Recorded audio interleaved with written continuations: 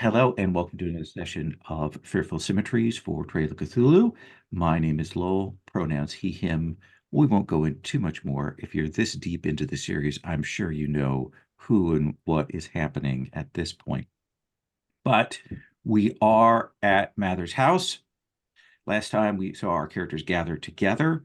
They had some revelations about Verity Dyce. They had some revelations about Maxwell Pierce, and they met a number of other magicians and other figures here. It is a country house weekend, and we left off with Isabella being approached by Melody von Spall with the information that her associate, air quotes, Tobias Kenway, has gone, and her uncertainty about that, but also being told when she approached Dr. Yeager that she was not to leave. So that is where we are.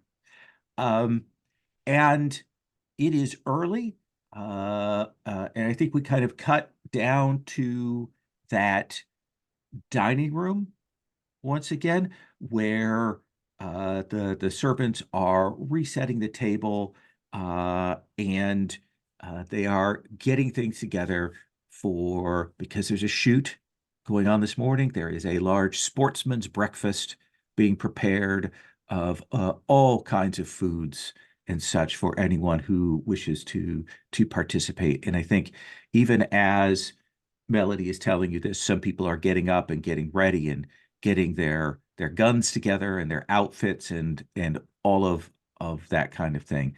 So Isabella, let us start with you since we left off with you last time. She does sort of turn to Miss von Spall. She goes, "Do you shoot?" I do. I can. I have. Suggest that you do that. Suggest that you stay in the company of others as much as you can. All right. And she will kind of calm down a bit, and she will nod. This seems reasonable to her, and she will head back to her room to get ready. So what do you do then, Isabella? I think that I get my guns out. It's interesting. I've done fused pistols before, but my trick shooting typically has been with essentially a full rifle. So yeah, I'll probably get something nice out. Do you bring the kind of shotgun that is used for these I hope kinds they're of not hunts? using shotguns. I think it's rifle, isn't, or maybe it is a shotgun. It is Whatever a it is. cartridge. It is cartridge.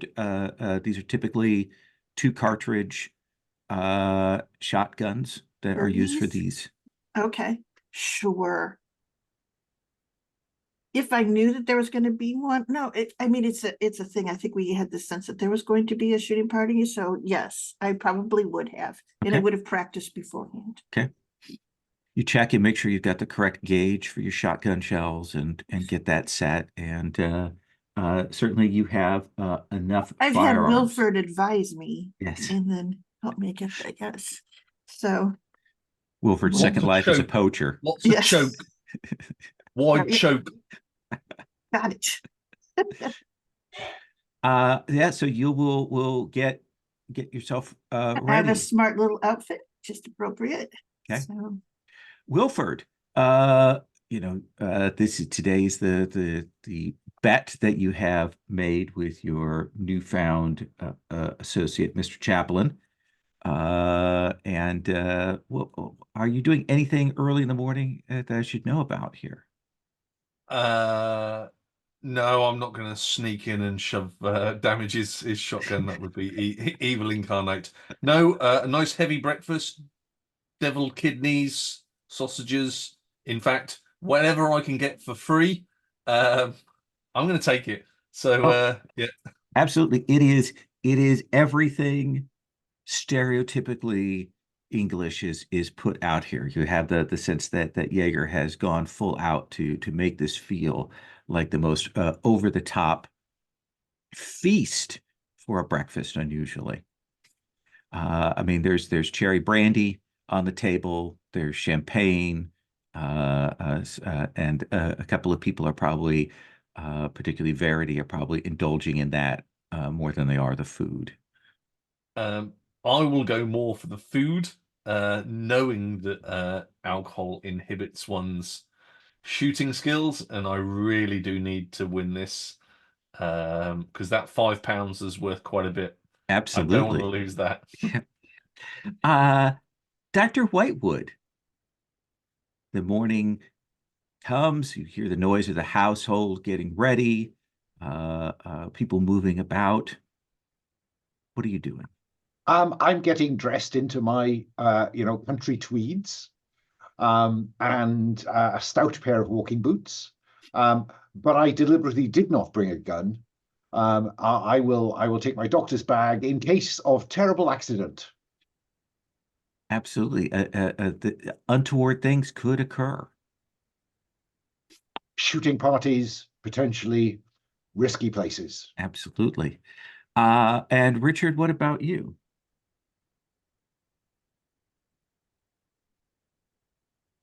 Uh, Is this I too don't think I bothered bourgeois about for you? too much. Well, I don't think I bothered. I don't think Richard has any interest whatsoever in the shooting competition. He's just going to perfunctorily go about getting ready for it. Uh, and I think maybe he overheard Wilford's bet, uh, and he will just simply, nod to Wilford and wish him good luck. I think before we join. And yeah, and they'll say, once all this business is done, I hope we can get down to what really matters. And Dr. Jaeger, as his lady will say, this afternoon, after the shoot, I will receive from everyone their items, and I can get ready making up the itinerary for our auction. So you no need to worry, Mr. Fraser. Would there be time for us to pursue the matters we discussed previously? Oh, I certainly hope so. I certainly hope so. Well, the sooner we get this over with, then the more time we may have. I will keep that in mind. And everyone will be fed there. I do think that uh, uh, of the group here, Henneberger and actually Phillips will decline the shoot. You have the sense that Henneberger has other matters that he wishes to attend to. And Phillips seems very uncomfortable with the idea of a shoot. Just that. That seems to be the thing.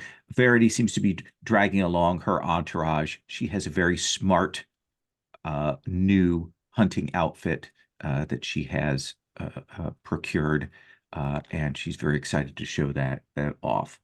But you will all gather together, go out, and you will see that there is a table outside with a number of guns. For those of you who have not brought yours, you will see a couple of the staff there, including Mr. June, who is kind of standing off to the side, watching. But Jaeger will introduce the master of his hunt. And while he introduces him as Mr. August, you will see this gentleman will say, you can just call me Lance. He will come forward. He is there in that bottom row. And he will say, we have some fields that have been worked on and prepared. The keepers have been getting the season ready. So we will be walking the fields with the beaters out. And he'll explain the very basic, when we're going to call for shoots, how we're going to call for stops, and he'll also bring out the hounds. Unusual dogs. There are about a baker's dozen of black hounds rather than your usual sort of hunting dogs. And they are remarkably quiet. They don't whine, they don't bark. They just kind of follow along there. And let's assume that they put each of you kind of in pairs with a fellow person to kind of shoot with back to back. Wilford, I think that certainly Chaplain will come over and pair up with you, just so you two can keep an eye on each other. Isabella, who are you pairing up with?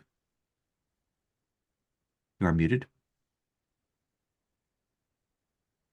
Let's see here. So there's and Harley Phillips is not going to shoot. She is not going to shoot. Is Agnes going to shoot?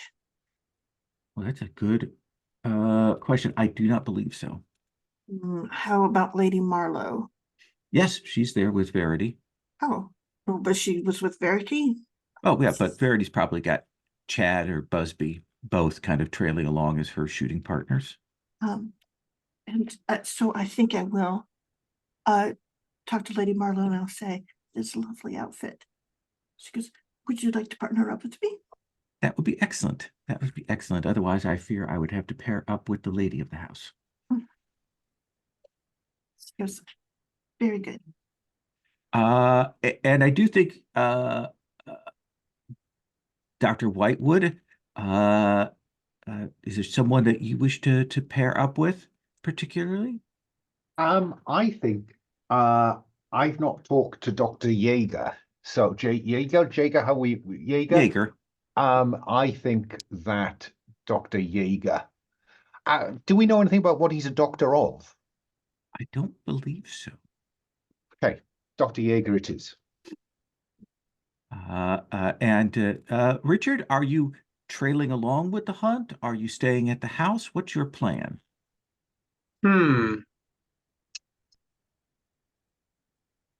I will stay behind at the house. I think I will use this opportunity to speak to Miss Phillips and Gustav Henneberger. Okay. And maybe poke around a bit myself. That seems more than reasonable. Henneberger is certainly, you've seen him wandering around the house.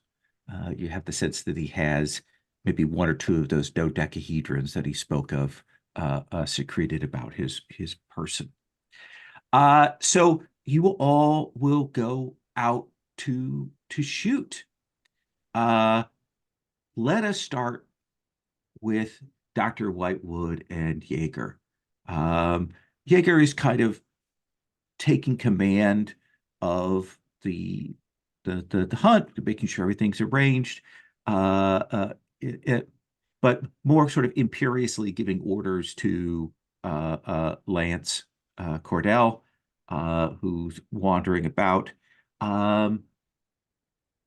You will note, I think, if you wish to make a psychology or psychoanalysis spend here, I will tell you something investigation-wise.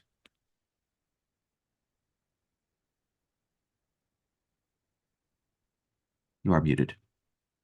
So I am. I will make a spend from psychoanalyst. Okay. Just done. Yeah.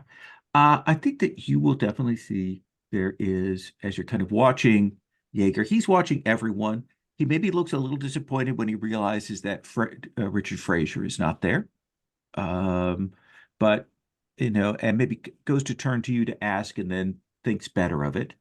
But you will see him stop, and the one sort of interaction that he spends more time observing is a bit when you'll think he's maybe watching Melody von Spall, but you actually realize that he's watching von Spall's partner, his cousin, as the hunt the gamekeeper, Cordell, is over there kind of solicitously helping her with her gun, showing her how to get herself set, and so on. You have the sense that his cousin does know how to shoot, but she is perhaps playing up her inability a little bit more to get more attention from the gamekeeper. And can I just be clear who Jaeger's cousin is? Is that Pascale Dumont? No, that is actually Lady Gwen Jaeger. Oh, sorry. Right. Oh, I thought she was. Dr. Jaeger is unmarried. His I cousin. thought the lady. Oh yeah, I think you weren't here when that was. I forgot about that. Yeah. She is his cousin, who he asked to kind of be the lady of the house and take care of things here. Okay. So, von Spall is paired up with Lady Gwen. Yes. And Lance is being particularly solicitous to them. Right, I've got it now. Okay. Yeah. That's interesting. And I think I'd like to open a conversation with him about Mr. Fraser. Okay. Or whatever name Fraser is using. Yeah. Oh. Yeah.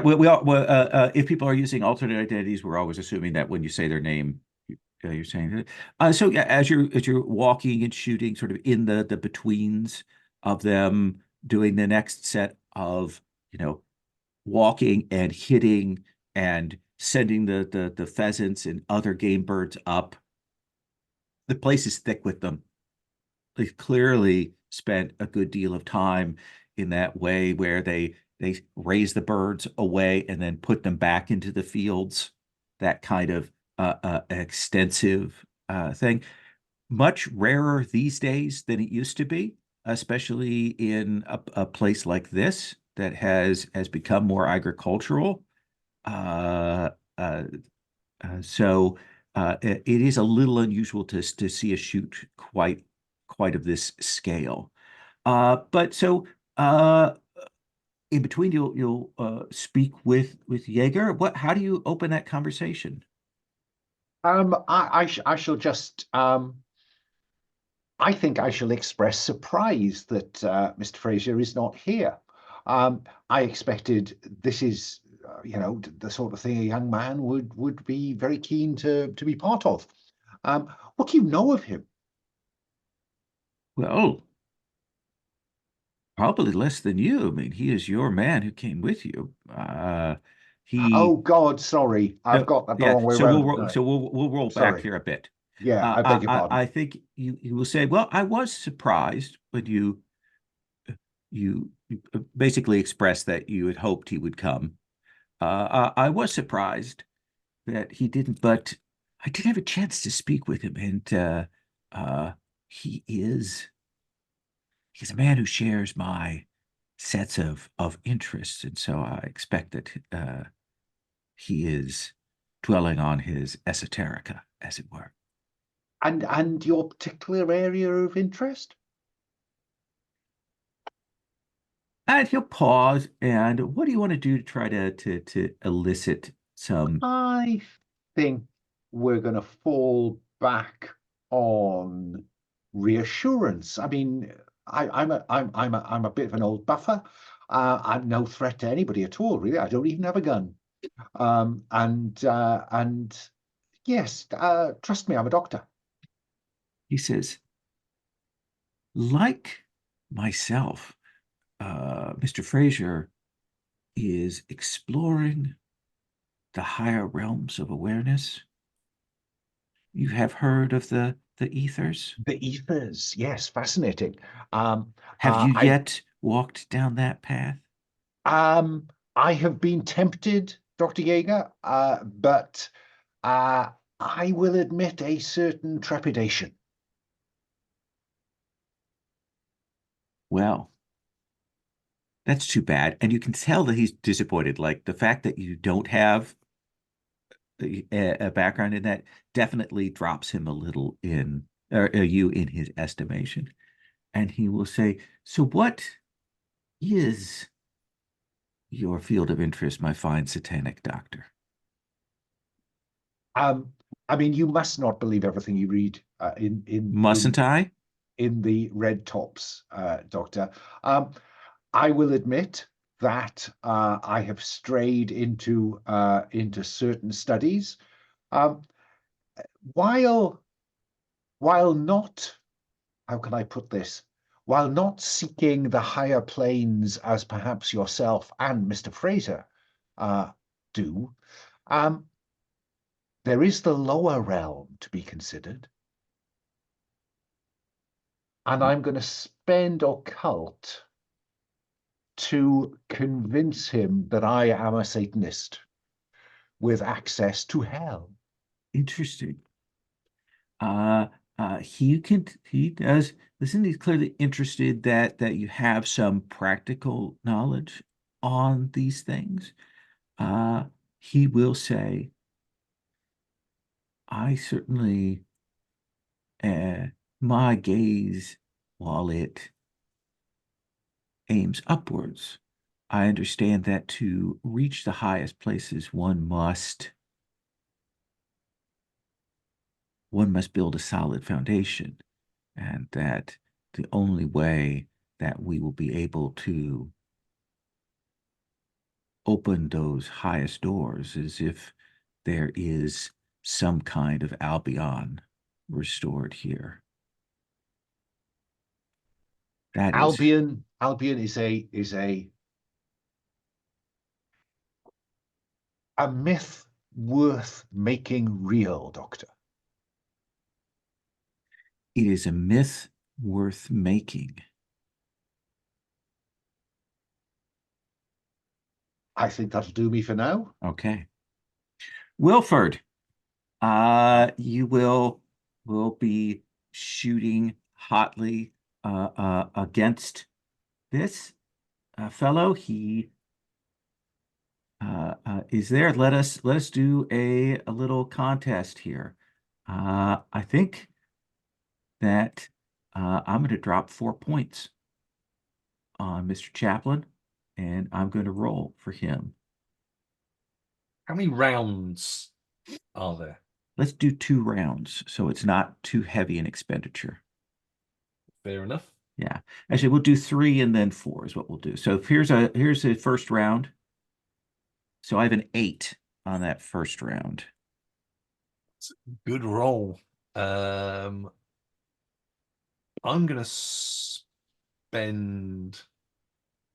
I'm gonna spend 5. All right. Keep in mind that it is possible to convert investigative skills to general, like you could spend from outdoors. Outdoors, yeah, that's what I was Yeah. thinking. Okay. And that's at 1 to 3 on that. So yeah, spend 5 and let's have you roll. I've gone from 2 from firearms and 1 from outdoors. 1d6 plus 5. Needs to be a good roll.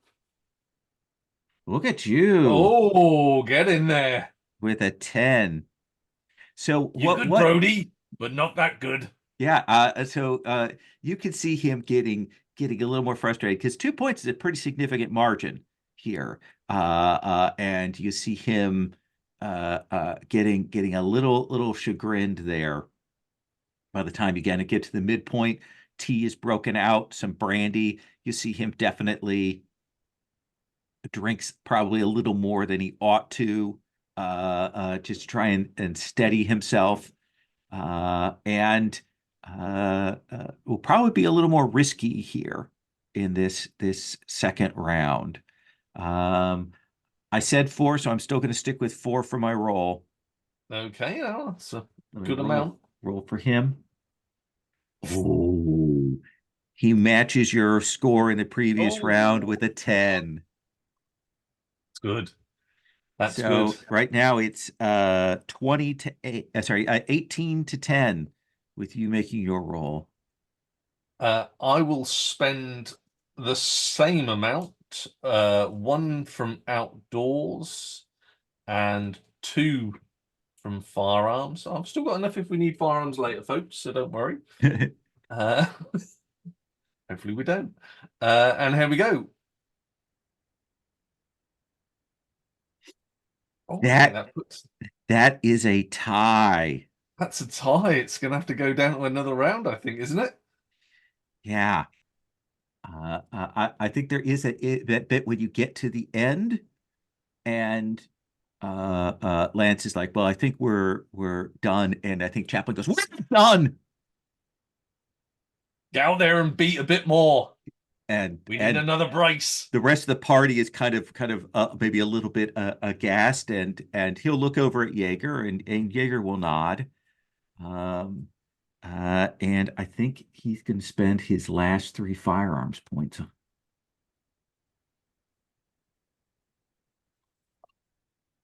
You've got some good rolls there. Okay.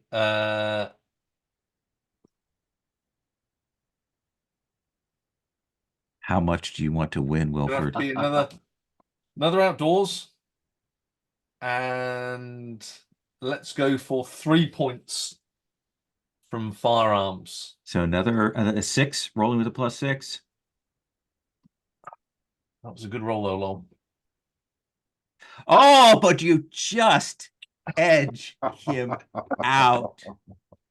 And I think you're good, Brody. Yeah, there is that bit where he's starting to get ready to maybe contest the results as they're picking it of that. But I think maybe as he starts to do that, you will see Jaeger gesture, and you will see the hounds come trotting over to where you're at, and just kind of stand there. And Chaplin will get quiet and will say, "Oh, I'll be a good sport about it. Yeah, yeah, yeah." And he will immediately reach into his pocket and hand some cash to you. Maybe a little less discreetly than you might if you were a gentleman. Luckily, I'm not. And he will say, "Well, maybe we'll have a pass at a hand of cards tonight, if you're up for such a thing, Mr. Wilford." I'm sure I can give you a chance to win some of your money back. Cards ain't my thing, but we will see. We will see. When somebody tells me that cards aren't their thing, I tend to think the opposite. But we'll sit at the table. We will see. Let's hope some other things go in your direction. I'd hate for you to miss out on what's important. And that does like kind of bring him back, and he will nod. Isabella, what about you? What is it that you want during this shoot? I want to watch people. And I want to get a sense of why Lady Marlowe is trailing along with Dice. Why don't what do you think it is for you to kind of read that interaction, get a sense of how that is? I think the first part of it is I just watch how she interacts like spatially almost during the hunt with Dice and her friend, her partner, whoever she's with. And then at some point, I think I will say, you know,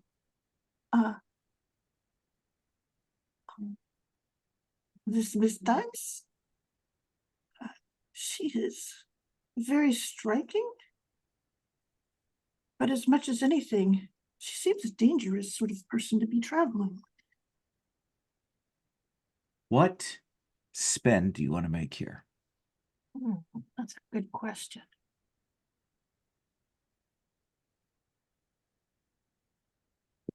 I assume that we can sort of smash American into just foreign in some ways. Yes. I think I probably will do that. It's a forward question, but it's the sort that someone who, you know, isn't English polite might ask. I think it's very clear when you go to start the shoot that she puts some distance between herself and Dice. And her eyes definitely do, she keeps an eye on Dice in that way that says to you that if something's going to go wrong here, Verity's probably, going to be at the heart of that. Yes. Like she's very, very leery of that. And there is that bit kind of as the hunt is finishing up and all of you are watching the Wilford Chaplain contest there, that she will say, Verity appears mercurial, changeable, but she has the spine of the dedicants who make a decision about what they wish to do and follows it through. She is a instrument of chaos, but do not mistake that there is not a purpose behind that.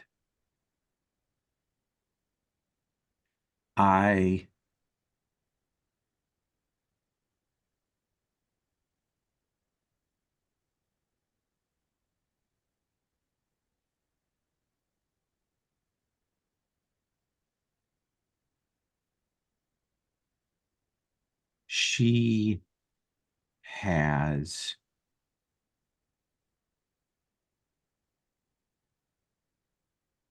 promised me things, information, and I will assist her and follow along with her until I can finally get some answers. Wish you luck. And you as well. We all need it. And she'll go quiet then. Richard, during this time, while the hunt is going on, as the servants are clearing the house up and getting things set, what is it you want to do? Who is it that you want to talk to? Well, can I find Pascale Dumont? Now that we have perhaps a private moment away from the eyes. She is seated out on the terrace. You can see her sitting. She is drinking tea, kind of looking at the leaves in the bottom of the cup. And she will look up as you approach. Miss Dumont, I'm glad I found you. I assumed that you wouldn't be part of the shoot. You're not a guest, are you? You're a consultant, was my understanding. Yes, that is a good way to put it. Uh, uh, the hunts here are not what I'm familiar with. And what kind of ones are you familiar with?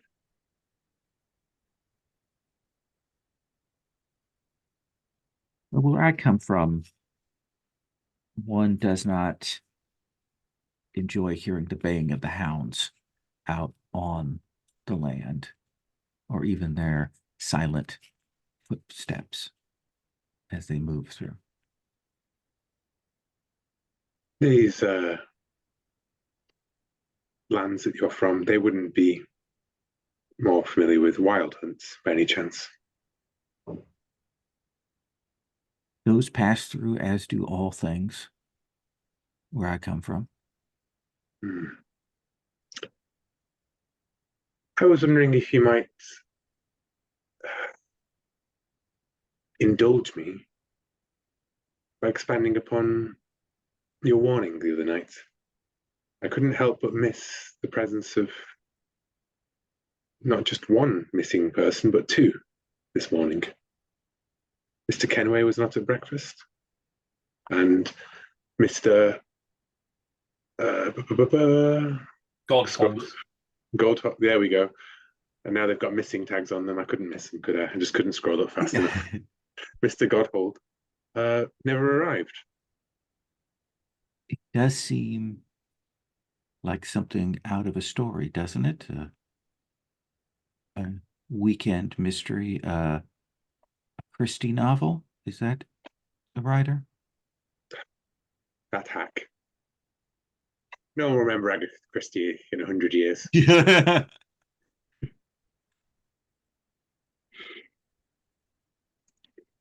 No one will remember you if you do not find your voice again. Well, we make sacrifices for our work. And if what I build lasts, it need not have my name on it.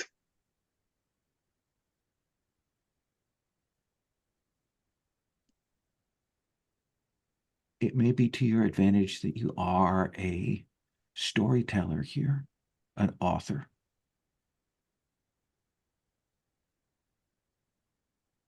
Interesting.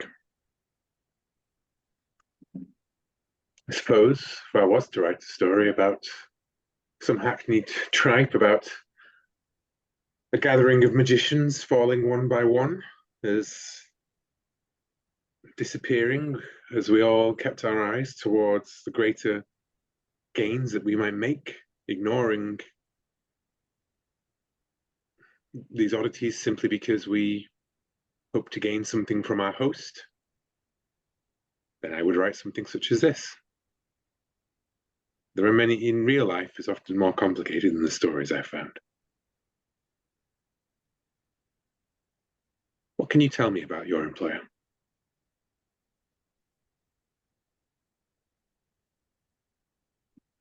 She will pause and she will say, employer is a strong word. Would master be more appropriate? Dislike the implications. Let us say he is my keeper at this point.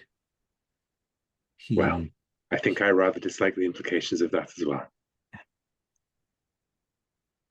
He wishes to travel on, but he cannot. And he is trying to find a way to break through. Beyond the Aethers? You're familiar? I am familiar. He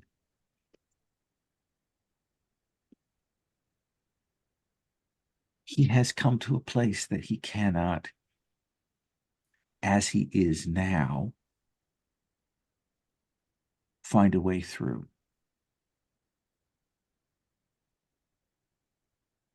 And he wishes to move on, which makes him desperate and vulnerable and dangerous. and his cousin, the Lady Jaeger. She seems something of a somewhat naive to her cousin's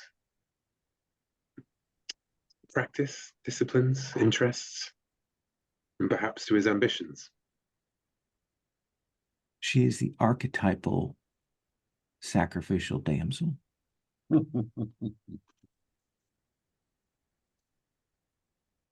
I believe, Miss Pascale, that while I understand that the art requires sacrifice, that a sacrifice borne by another was paid too cheaply.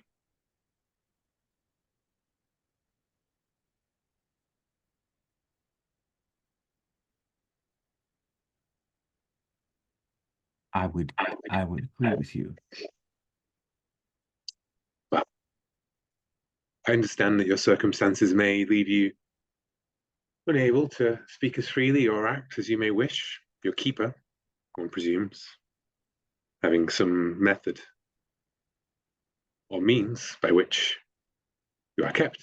But rest assured that myself and those I work with do not believe in keeping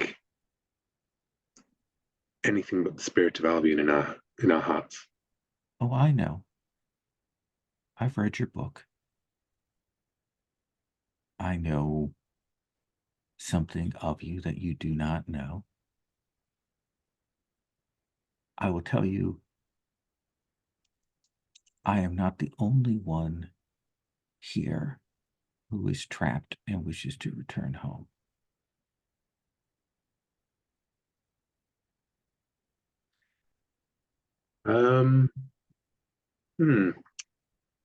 Interesting. Do you want to make an occult spend? Yes, I'd like to make an occult Okay. spend, yeah. Actually, why don't you make a languages spend for me? Okay. Make a languages spend. Yeah. I think there's a moment there towards the end of your talking with her that where you realize that you and her have been speaking another language. And you realize that you have been talking the language that you have heard, that you have picked up when you have traveled in the dreamlands.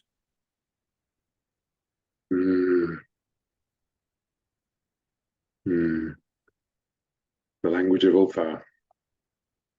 Yeah.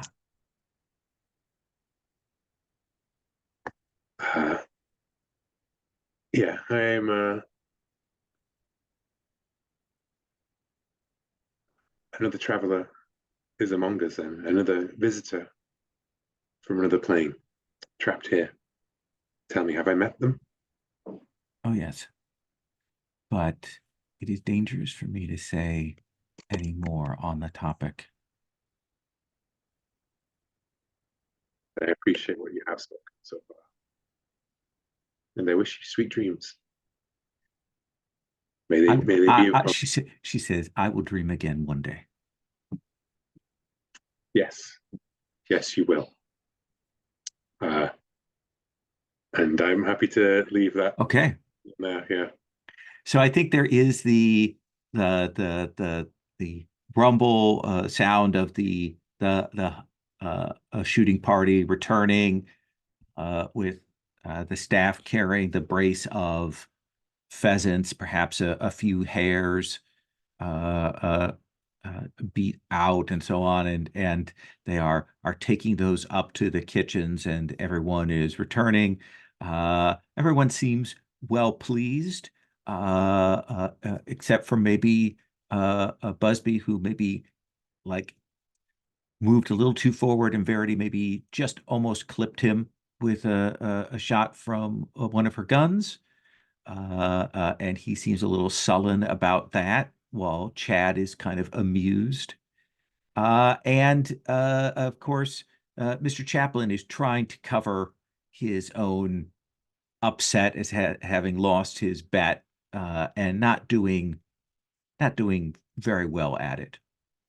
But we'll bring the four of you together again in one of those moments while people are getting changed, getting ready for lunch, getting set, that the four of you can talk about what it is you wish to do. Quiet side room where you can speak without being overheard. Congratulations, Wilfred. I hear you did well. It was good shoot. Good shoot. He's good, but no professional. I wouldn't bet against one of Her Majesty's soldiers. Thank you very much. That's all very interesting, Wilfred. Jolly good show. Well done. But it's hardly what we're here for, is it? What are we here for then, Doctor? You tell me. Well, it does seem to me that there are potential allies to be recruited. And I've been working on Mr. Chaplin. Yes, and antagonizing him by not deliberately losing. That is not what he's here for. Dr. Jaeger is as interested in the ethers as you are, Richard. I think you must exploit and explore that connection. Dr. Whitewood, I intend to. I think he genuinely believes I'm a Satanist. Wherever would he get such an idea? Well, I did sort of tell him. Well, It just slipped out, really. I was pursuing a different line of inquiry, and Beelzebub jumped into the air. Oh, how could that have happened? so I feel I need to simply accept that is what people expect of me, and therefore I should play into that expectation. well, you're doing. If only the truth was so interesting. On a practical note, do we think Melody is at risk? Absolutely. On a sort of layout of the building, Lowell, who is the closest to her room? That's clearly. I'll put you on the spot a bit there. Yeah, let me look here and let me. Here's a floor plan I whipped up earlier. Okay, no, God, no. Let's see. So If it's like Downton, it's always next door to wherever the plot needs it to be. I think that she is between Pierce Ooh. and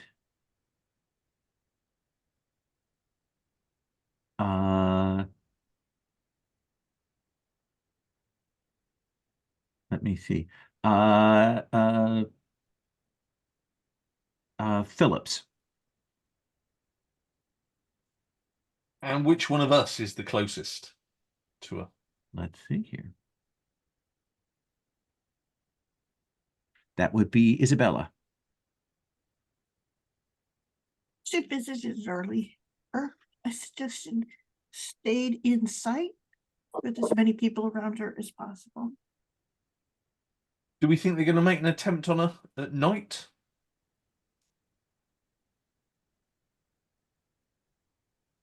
I suppose we don't know what happened to Mr. Kenway.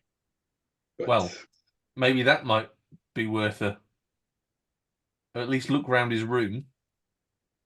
yes, I think Miss Lady Jaeger is rather taken with me. I was hoping to perhaps press upon her for a tour of the grounds, perhaps a look at some people's rooms, fascinating woodwork and so forth in such a place. Kenways and Godhold would be worth trying to gather some forensic information. So where we have made some sort of arrangement with Von Spall, I confess to not caring much about Kenway. Didn't strike me as a particularly nice chap. And von Spall does not subscribe to our own view. I have been having a rather interesting conversation with Salome, well, how should I put it? Not so much an employee of Mr. Jaeger as, I would say, more of a captive. She, I believe, hails from lands further than any of us, well, further than some of us have dreamt of, but closer than than some of us have. She is, I believe, a being beyond this plane, trapped in mortal form by Jaeger.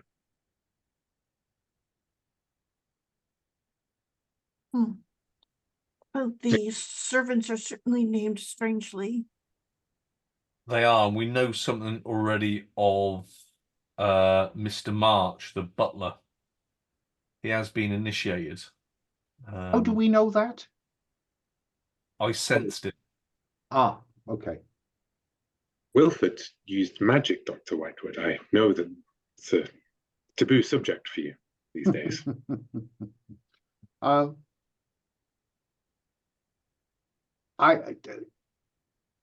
I too used a little magic, Richard, to cast my eye over Miss Dyce, and she is odd. She does not read at all. I think I'm right in saying that from last Yes. time. I am inclined, given your conversation with Miss do French, I am inclined to run my eye over her similarly to see if they have anything to tell me. But I won't tell your wife. Oh, dear Emmeline. I believe that would be... Dice is an interesting force.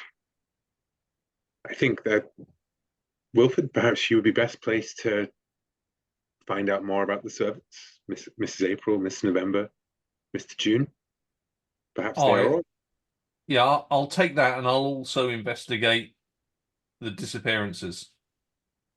Yes. I have to say I'm less suspicious of the servants now that I know that Mr. August bracket call me Lance appears to be these appear to be simply local nom de serve. Those black hounds were what odd. The hounds, I agree, Wilford, do beware them in the grounds, Richard. No. They are odd. So I was more of a cat person, really.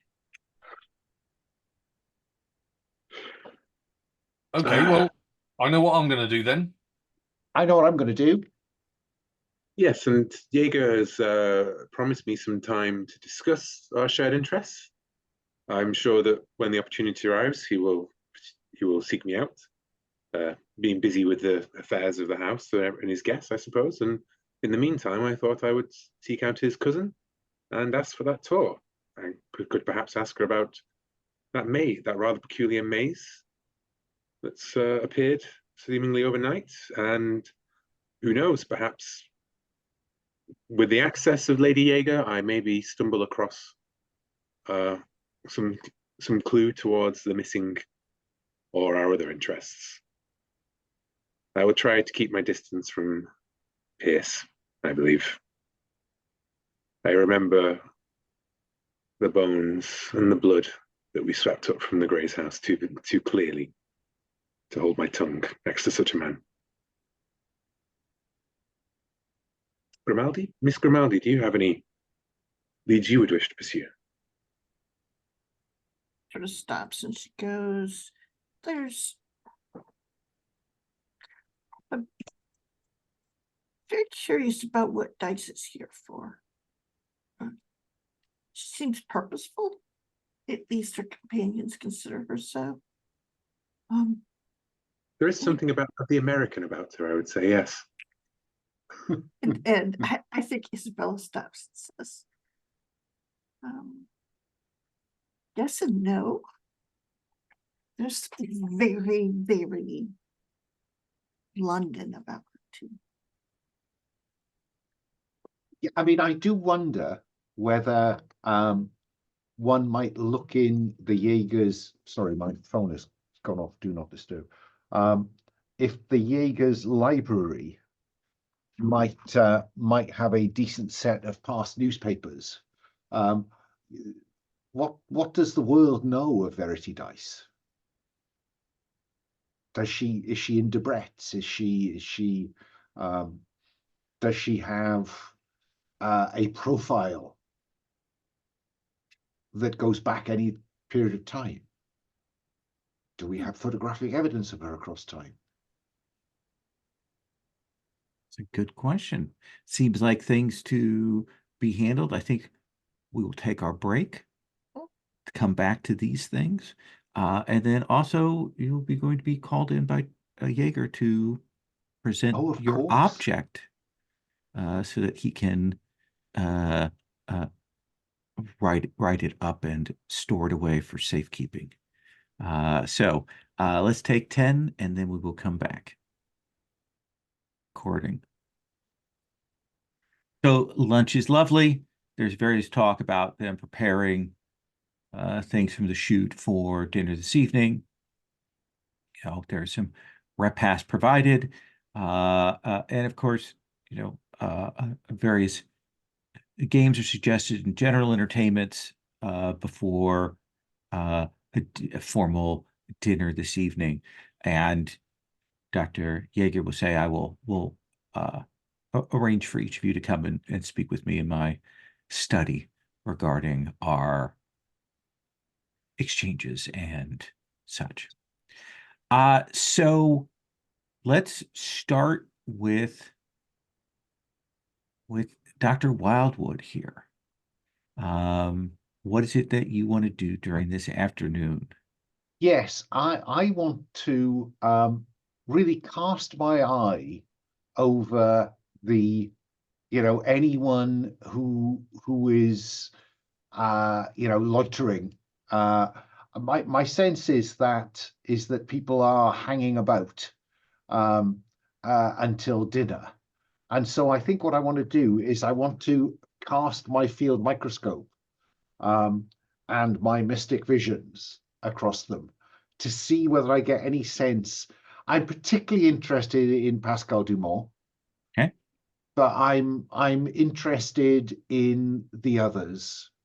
I suppose my principal point is I'm trying to work out who else is trapped here. That's an interesting question here. Let's have you make Because the a way I can spend stability in order to strengthen my mystic visions. And I'd happily spend some occult if you wanted me to alongside that. I think that seems more than reasonable for you to make those spends. So I will spend from occult, one from occult, and 2 from stability. And roll a d6 plus 3 then. You don't need to No? roll, Okay. my friend. You're doing that spend. Let me tell you what I think. Where does your focus lie? Are you generally trying to get a sense of what's going on, or are you aimed at a particular My person? principal interest is Pascale Dumont. I want to get some sense. I did this with Verity, Mhm. and I got that she doesn't read as a person. She reads a bit like London, was what I think you said to me, or was to that effect. And I suppose I'm looking at Pascale Dumont with Sure. a similar mindset. Does she read as a person? If not, what does she read as? So I think as you are observing, watching, putting your senses out there, there is that sense that Dumont is a person, but is also clearly tangled up in things. And for you, there's a cool wind that blows from an alien place here. She is real, but she is from a different place. So really that just confirms what Richard got from her last night, which is good to know. But it's interesting that it's a little bit more specifically otherworldly than Verity's was. Yes, it's a very different thing. Like you don't read any kind of connection or way between them that links the two of them together for you. Okay. And that seemed fair information. It does. I think at this point, that's the best I can do in terms of my current hypothesis is that Verity and Pascale are the trapped. Interesting. Let us come to Wilford. I would like to go below stairs and speak with now there isn't a cook on here, so Mrs. April, probably the housekeeper. Absolutely. She is clearly in charge of things. For anything rough, in charge of the cooks and in charge of the cleaning and things like that. Whereas Miss November seems to be essentially the more highly placed maid there. But yeah, you can speak with Miss April. And I think sort of as they're preparing dinner, I'll sort of say to her, as you say, she's overlooking the cooks. You know, I shot the most of them. They came from me. Those birds, treat them well. She'll kind of watch and say, I have no doubt that I will. That is my task and my duty, and I carry it out as is right and proper. And you seem rightly professional about it. I don't think I've seen a housekeeper better than you, really. You run a house, and I've worked the grounds of a few grand ones, that's for sure. A true master, I would say about you. I I'm am going to lay it on quite thick. okay. What do you want to spend here for this, you think? Is this flattery or something else? Flattery. That was said with a horrendous Norfolk accent. Um, flattery. Isabella's going to fall off a chair in a bit. Sorry about that. Yeah, flattery. About how good she is at a job, and really from that, I'd like to know a bit about our man, Mr. March. Does she seem sort of scared of him? As in, will she reveal anything about him? She seems to regard March, like when she talks about Mr. March, she purely is talking about the nature of the professional relationship, of that role that he has. There's almost none of the maybe inherent attitude or things that you might get, that it's weirdly sterile in some ways, of the interaction between, as she kind of describes what is going on there. He fully runs upstairs. I mean, he probably runs the whole thing, but he's Yeah. fully upstairs as she's fully downstairs. So I thought there'd have been a bit of a, but none at all. It's purely sterile. Has she worked here longer than Mr. March? Will she reveal that? It feels like Mr. March and I have always been here. Oh, that's nasty. I don't like that. I don't like that. don't like that at all. Well, that's not good. No, these people are dodgy as they come. Oh, okay. Now this is going to lead me into my second investigation. Well, I don't want to do now, but I would like to, as I have no lock picking, I would like to filch a set of housekeeper's keys. I would expect there will be somewhere downstairs on a hook somewhere. So while I'm laying it on as thick as butter on bread with her, I would like to try and filch a set of keys. All right. I think that this is, let's say, difficulty 5 for this filch. I don't use filch very often, so I am going to spend 4 points in it. Okay. So 1d6 plus 4, but I'm looking for something good. And I got it. Absolutely. You are able to catch that moment between things when you are able to go down and pick up these keys and get them secreted away where no one is the wiser. Yeah, and you have keys to the whole house now. Excellent. Like you were expecting maybe you'd get keys to a certain section, but I think with that roll, like you get the full set of keys for the household. With these, you can open any door here. No, no, no, no, no. Isabella. Why is every sentence ominous?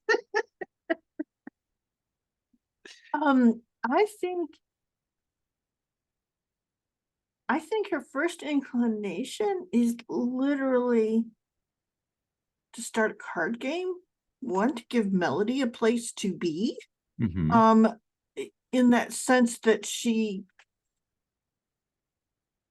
it's not that she likes Miss Von Spall, it's that she does not want her to disappear, so to speak. That is terrible fate, and no one should be left to it. But yeah, so I think that she will set up a card game. Okay. And she's very good with cards. I mean, let's be clear. So, but whoever else wishes to join, and that is fine with her. But she will be, what do you say, amusing, and also in the sense of telling stories and those things while we play. That sort of person who plays cards and is very good at it, but always has a distraction going on. Are we playing bridge, Mm. or are we playing something less civilized? Oh, this is the thing.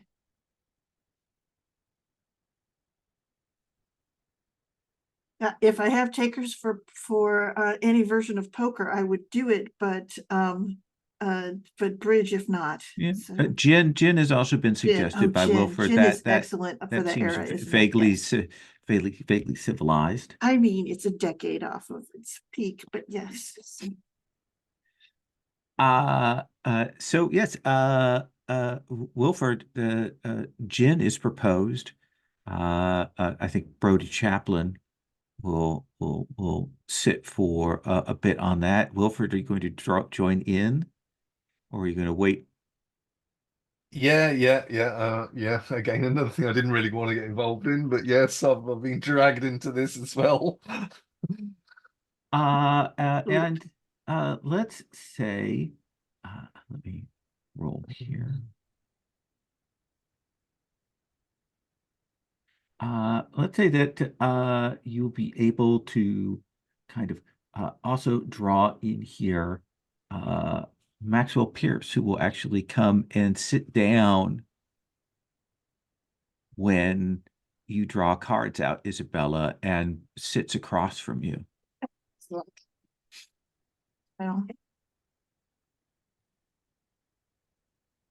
Wilford,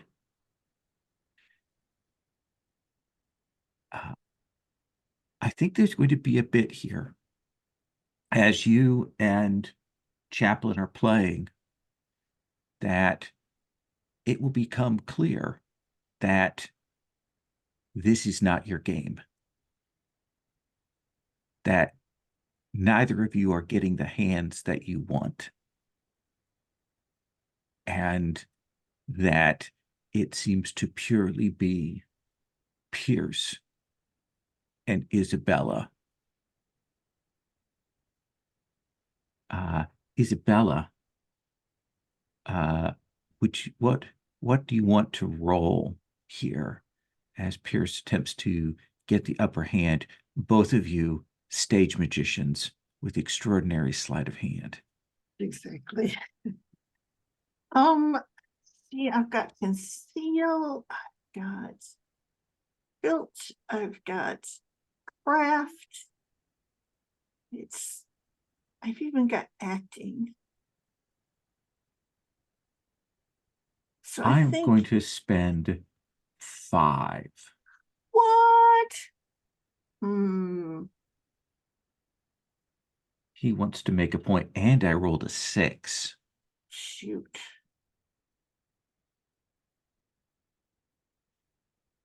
And Well, it's then probably about that point that he stopped even kind of pretending that Wilford or Chaplin are kind of in the game. Yes. Well, then I guess my first thing that I'll do is conceal. So I will use conceal at this point, and I'll spend the full 6 points if he spent 5. I still have to roll really well, but there's an off chance that I will. Okay.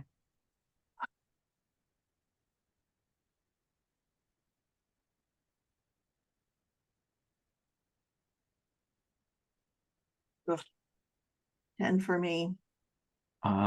So that is, I believe, he will edge you out Edge me out. just slightly. I know. I think we nod, that kind of like, all right. If that makes any sense. She's good, but he beat her out there. He was very aggressive. He says, "This is a delight to pit our cards against one another.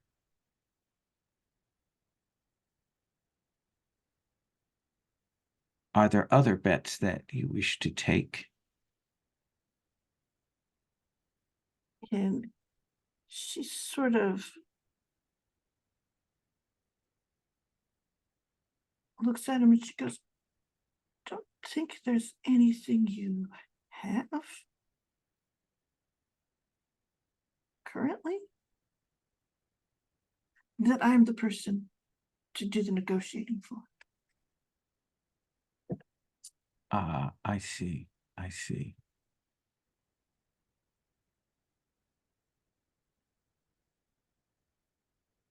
Well, do give your best regards, my best regards, to your brother.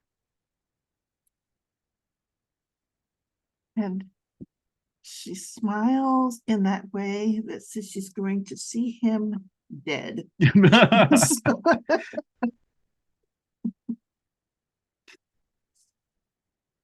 Richard, there's a card game that goes on. People are checking on things. What are you doing here in this afternoon before you're called in?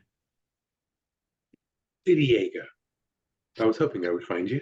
Oh, you could see that, like, maybe she was kind of heading out, maybe sneaking out, and she'll kind of be stopped and maybe a little bit. Mr. Fraser. Don't let me interrupt you. Were you off somewhere? No, not at all. I wasn't heading to anywhere to meet anyone. No, no. You're meeting somewhere. I would No, hate no, to. no. How is it I can help you? I would be a terrible hostess if I did not. Well, I was hoping you could. You might give me a tour of the house. Certainly. And she will kind of gather herself up and move to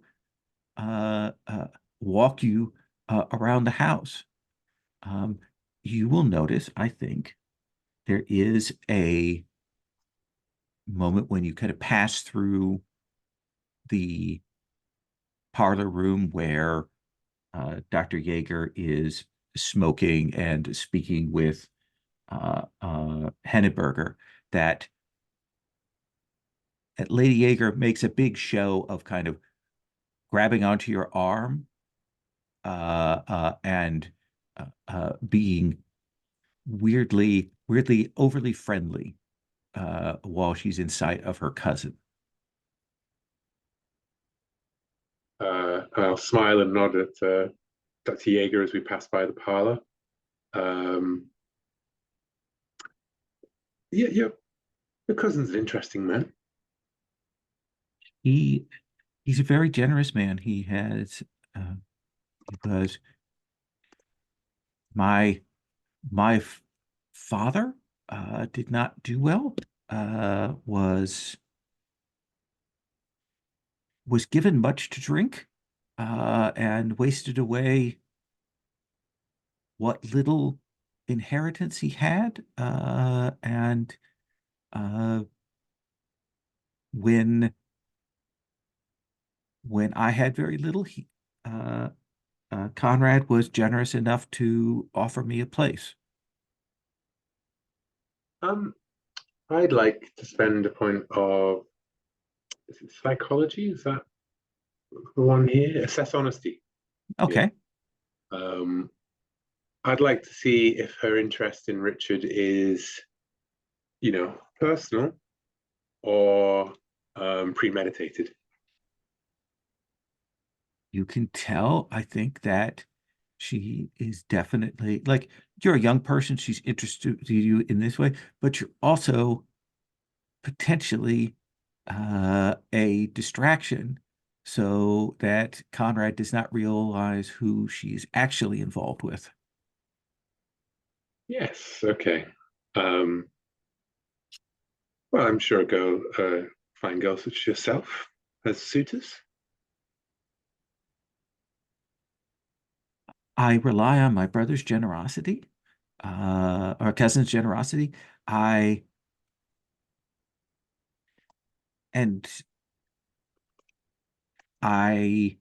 beyond that, my prospects are somewhat limited.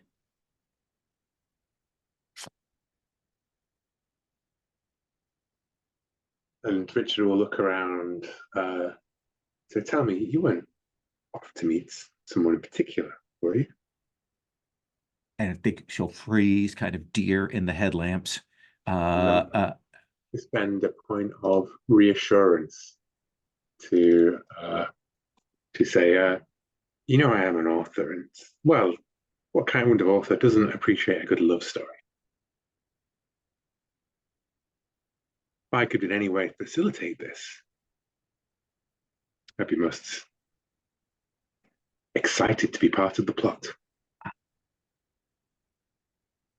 There is someone. I do not think that my cousin would approve, but they have been very kind. One of the few of the permanent staff who will speak to me, and they've been very, very good. Though they do not wish to upset or betray my cousin. It matters to the heart, my dear. I feel that your counsel should be your own. Your cousin maybe done great, maybe I'm certain your cousin is a great man. And so you should not fear such things. Now, perhaps I could be of use here. And why don't I escort you to your meeting? And then I will be able to provide you with an alibi. If it comes up that your whereabouts ever become questioned, you are simply escorting me on a tour around the house, as we discussed. And I think that with that reassurance spend, I think she will kind of agree.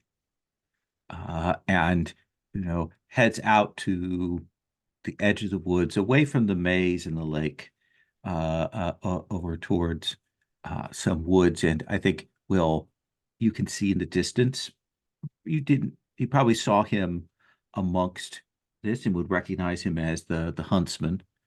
And she'll kind of stop you and she'll turn to you and she will say, "You mustn't tell anyone about Lancelot and I."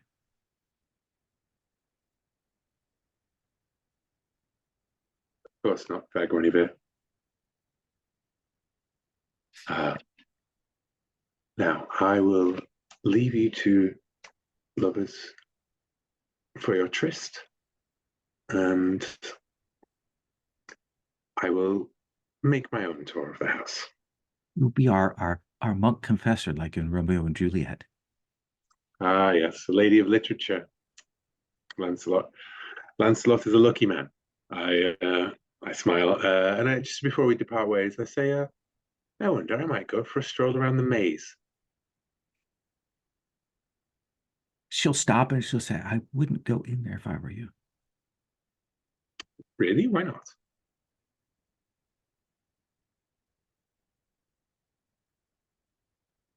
And she'll stop, like she can't articulate it.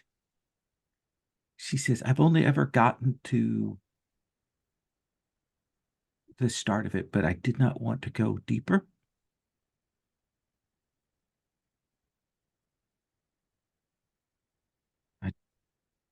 And then she'll kind of turn away, like she clearly doesn't understand her own reluctance about that. I'll say, well, perhaps another day. I would hate to get lost before the auction begins. Have fun with Lancelot. If you would do me a favor, my friends were most impressed with with the hounds that Lance brought to the hunt. If you could ask him of the breed or how he raises them, I feel that Dr. Whitewood is looking to raise pups of his very own. And she will stop and she will say, "I will ask them. I know he loves them." And if she pauses and he goes, "She's not the one who did that to them." He's not, sorry, he says, "He's not the one who did that to them." Oh. The huntsman did not raise the hounds? He did, but they were already treated as they are when he received them. Who from? From my cousin. Dr. Yeager's certainly a talented man then. He has a surgeon's hands. And then she'll turn around and head off to see Lancelot.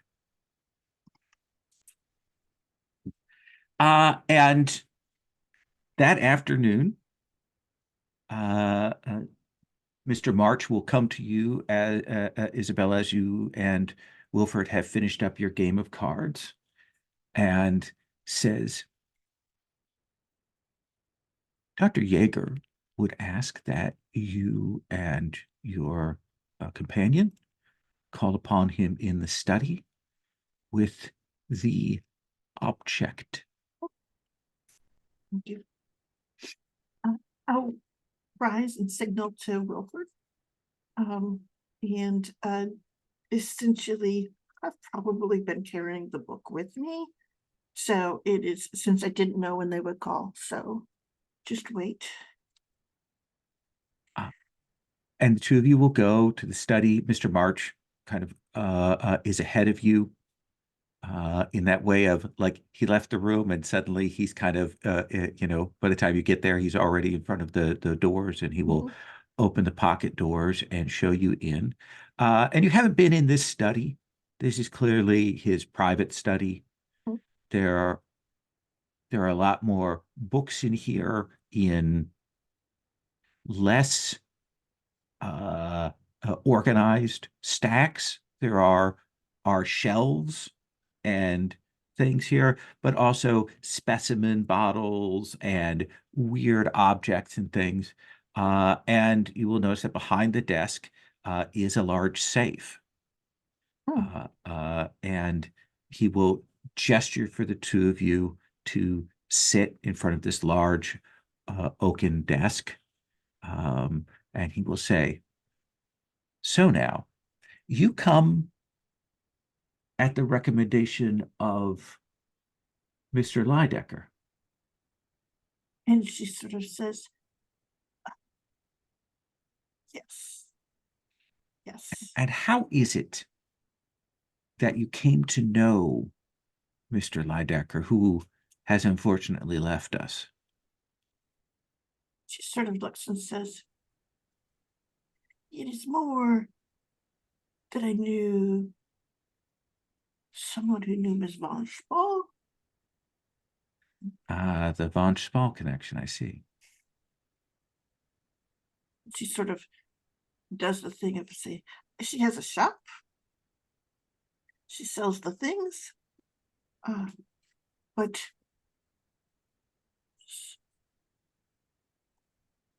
and she sort of stops and says, there were a set of communications. It was an opportunity. And she sort of stops and says, and I have an item, but I'm curious to see what other things might pop up. I am past this. It's an interesting way to put it. Mm.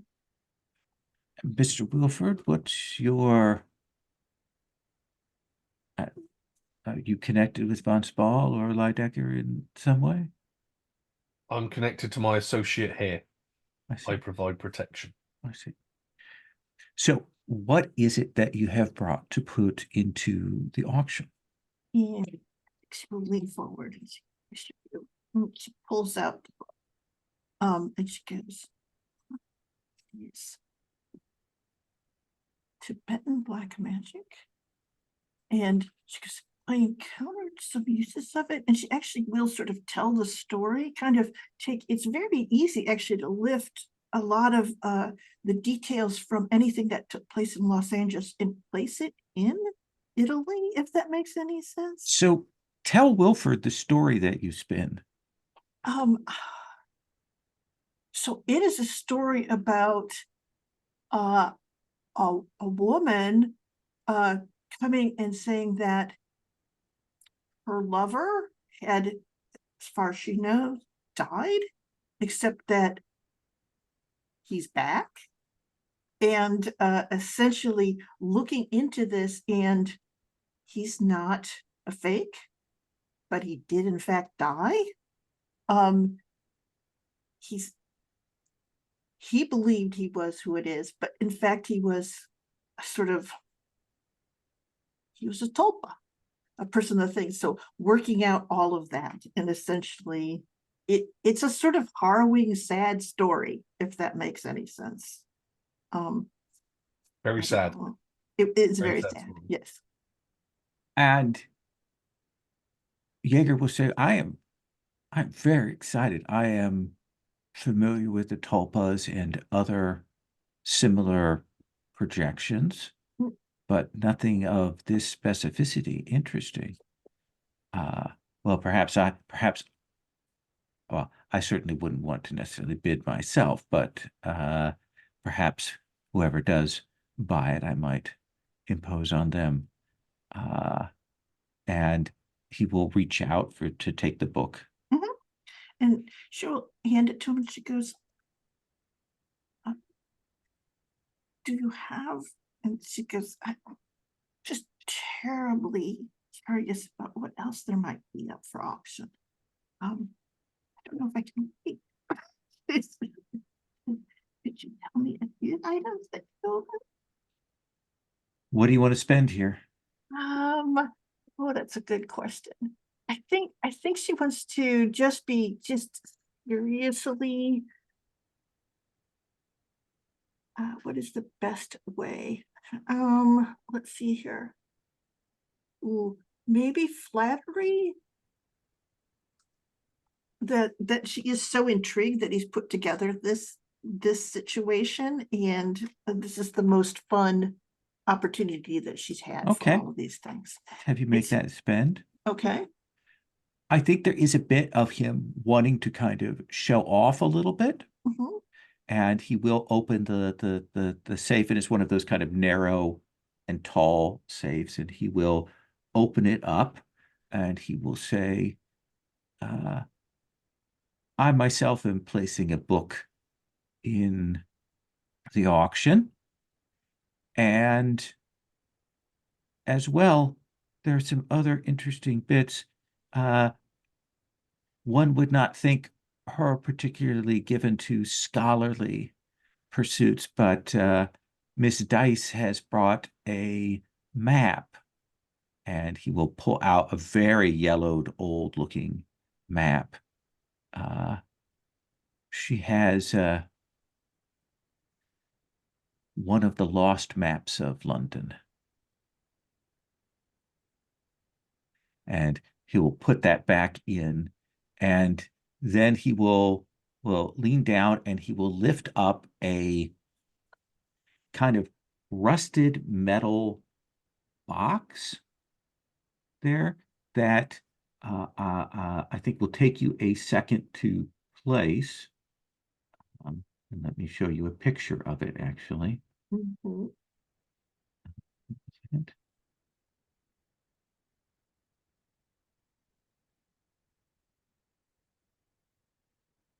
Would have been good if I had queued this up ahead of time, correct?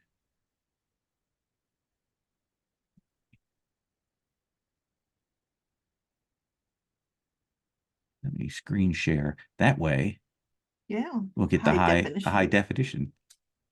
I'm just trying to give you that opportunity. Ooh. It is a metal, rusted, corroded film case. Oh, yeah. I think she Mhm. recognizes that immediately. Ooh, label. What does it say? It's in French. And that's all he'll say. Hmm. Old Lumiere production. Very rare.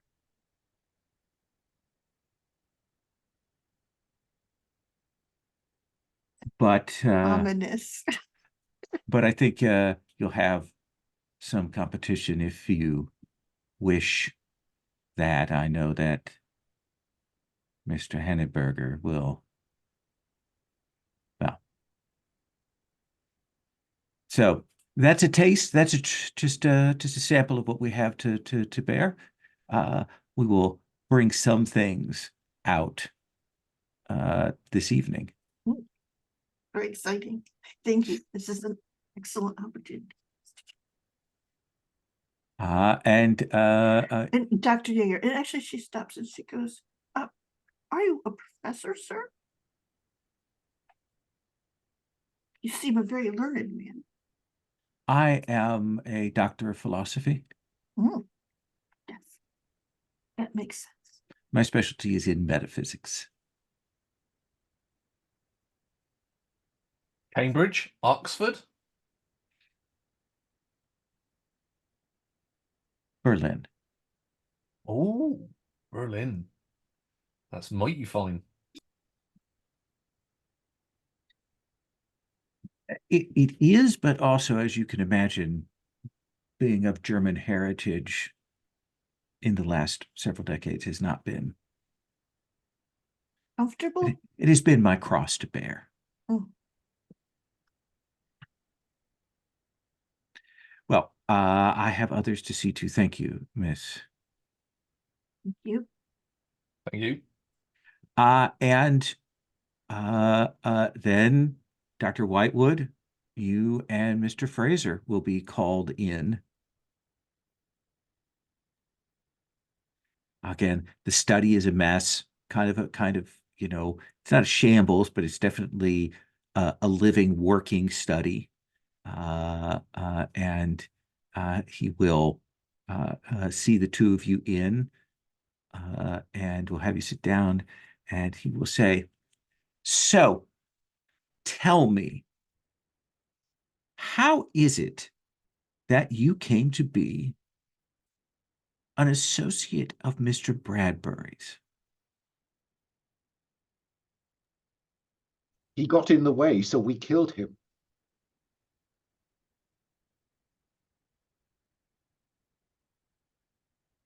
I was wondering about that. Well played, Dr. Whitewood. He was an obstacle. We do not Yeah. play well with obstacles. I will certainly keep that in mind. That's I Richard? suppose, yes, I suppose that's rather the short version. Yes. Well, what is it that you have brought to the table for this auction? Well, I'm sure Dr. Whitewood would like to explain. We haven't established much beyond its. Yeah, we have So No, you can establish what you want about it here. But I think that Richard is slightly like, what happened to our you know, and he's like, I'm not going to say anything in case it crosses over Whitewood's. Did we have a cover story? I think we were just going to lie and say that Bradbury had sent us because he couldn't get away from the pregnancy. Yeah, but people will know about that fire now, won't they? I mean, goodness me. I mean, there's got to be. Not been in the papers. Oh, sorry. I just took that as a given. No. But it is This is partly about setting our stall out, I think. Yes. Yeah, I like it. Really plays into your Satanist turn, you know. Well, I guess Yeah. as indeed does this. Hmm. This is it's from North Africa.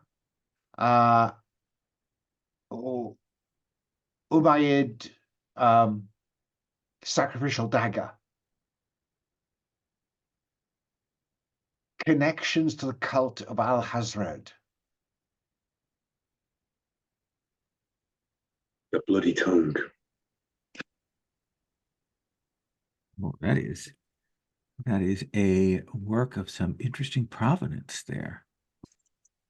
I'm sure there are some, Mr. Pierce, for example, that might be interested in this particular object.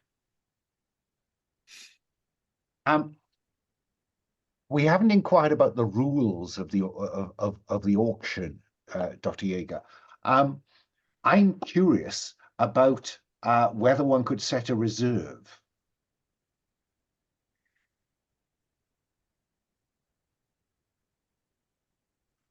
For instance, if Mr. Pierce were interested in this, yet we were not interested in his item, how does one negotiate around that? When the auction, provided your item has not already been bid on, you may offer it up as exchange. But otherwise, people will be bidding from accounts on things. But is there an obligation to accept a bid? There is no obligation to accept a bid. If it does not match what you wish to exchange or sell it for, you can opt to remove yourself from this. So will we be bidding, as you say, accounts with money? Yes. And there will be the possibility of exchanges if your piece has not already been assigned. Exactly. However, should your piece have already been sold and be a transaction in this ceremony, then you will be obligated to take that bid. Interesting use of the word ceremony there, Doctor. We are all magicians here. We understand these things. And what is it that will you be bidding, Dr. Yeager? I will be taking my cut.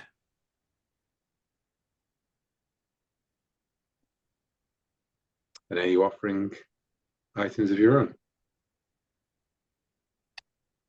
I have a book that I will be putting forward. Interesting. Well, I'm glad that this pretense is dispensed with. We did not think it was wise to immediately reveal to all that we had, but I'm glad that you're happy with our presence here. I am sorry that Mr. Bradbury wasn't able to attend. But you know how it is. Things get out of hand in our line. I am pleased that you did not try to dissemble with me. Not any further, at least. Not any further. Well then, I will take this object and put it for safekeeping in here. Where will our items be stored? Here in this safe. It is the most modern of safes, so I don't think you have any need to worry. Presume it will be protected by other means than the mere locks. Yes. All right. Well, Dr. Whitewood, I'm glad that's out of the way. Well then, and he will take the object from you, and he will open the safe, and he will place it in there. Tell me, Doctor, what is it that Pierce has brought?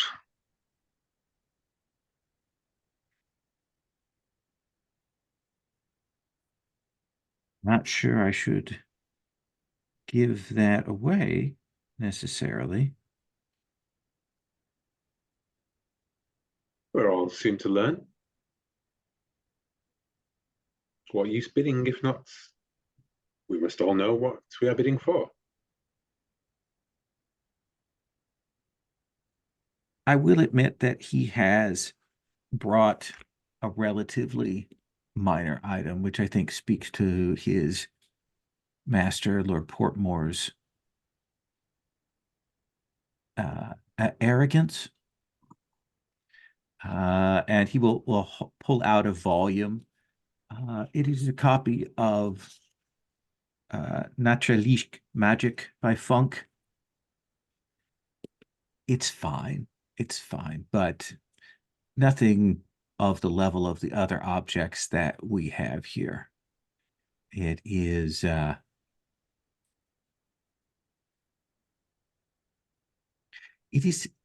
my mind, something of an insult. Yes, well, I've never met the man, but his reputation precedes him. Something of a shame, I think, to impose upon your hospitality with his man and not to give you the recognition that you deserve. Because we all know that Portmore must have far more than this within his reserve. I am certain of that. He is a pretender who wishes the throne of Albion, but he is no king. I'd like to spend a point of flattery and really lean into this and try and get more about what is it? You know what? He is a pretender, yes, and he styles himself a king, and even a rival of kings in this realm and the next. He understands that in order for Albion to come, we must find something to invest in, that we must find a being to invest the hopes and powers of Albion into. There are different horses in this, and I have backed mine. Fascinating. And yours is not Portmore's. Mine is definitively not Portmore's. Mine will open up the doors for me to go further. Are we ready to leave? I Or think have you we got are. more to do? No, I 'Cause mean, I do have a parting shot I want. yeah, I'm wondering how much more I can possibly get out of that. But I'm thinking probably that's about the extent of what he'll be willing to convey, right? Yeah, it's maybe I think all I'll do is I'll say, well, my concern is that a man such as Portmore should not even be in the race at all. I'd be most interested to find out what the alternatives may be. But I couldn't agree with you more. Well, perhaps we can speak on it further. Yes. Dr. We Whitewood. have been frank with you, Doctor. In our defense of Albion, what would you do in pursuit and defense of Albion? Or is this purely a personal quest?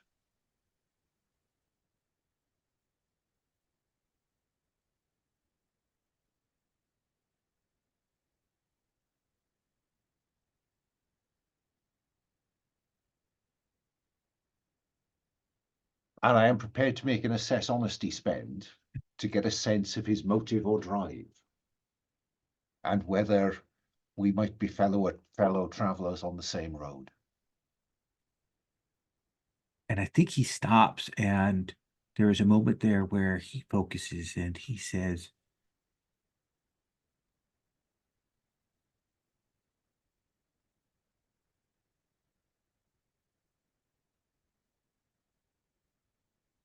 I am my own man.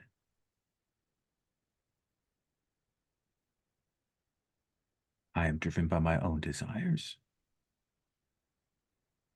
Yet you speak of Albion. If that is the road that I must travel to get to where I wish to go, then that is what I will do. But would you send a signal to Portmore?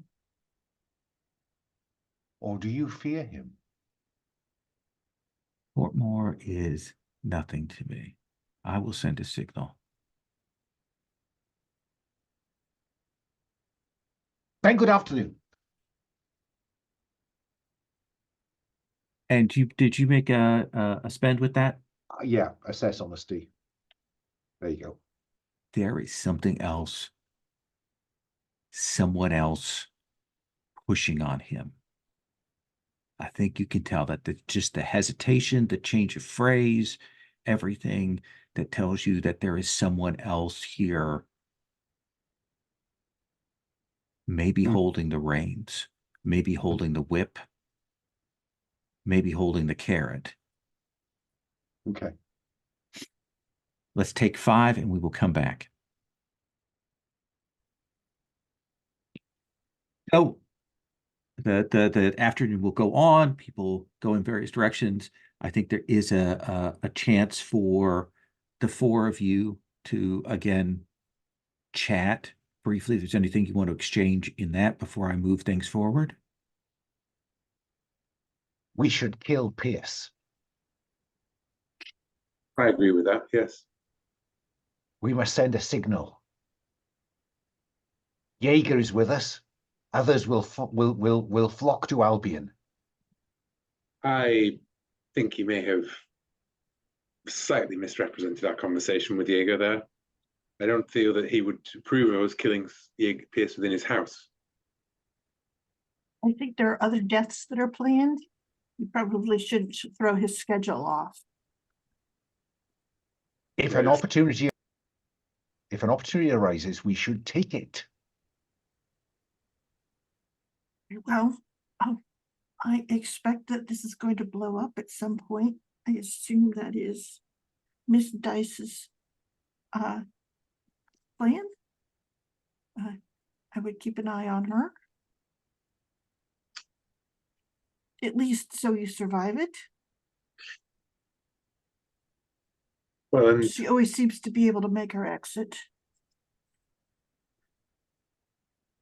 one wonders exactly what Jaeger's intention is here.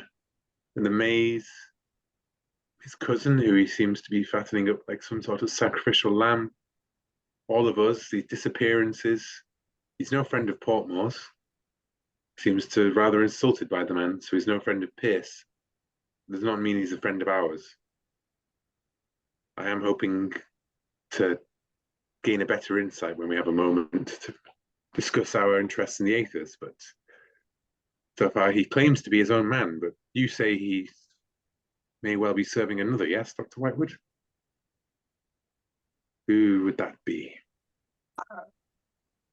The senses of a man compelled. What obviously I cannot say is by whom. Yes, yes. Unless I ask him.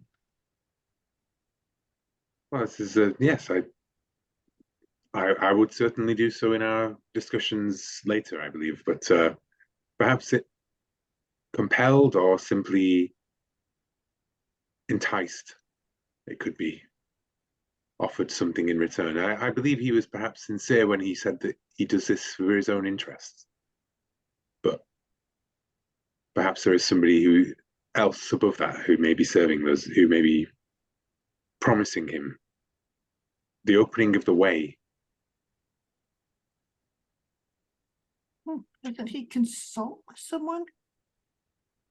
Yes, Miss Dumont. But yes, he is her keeper. And somebody keeps him. That's the implication. Yes. Or drives him. More layers than an onion.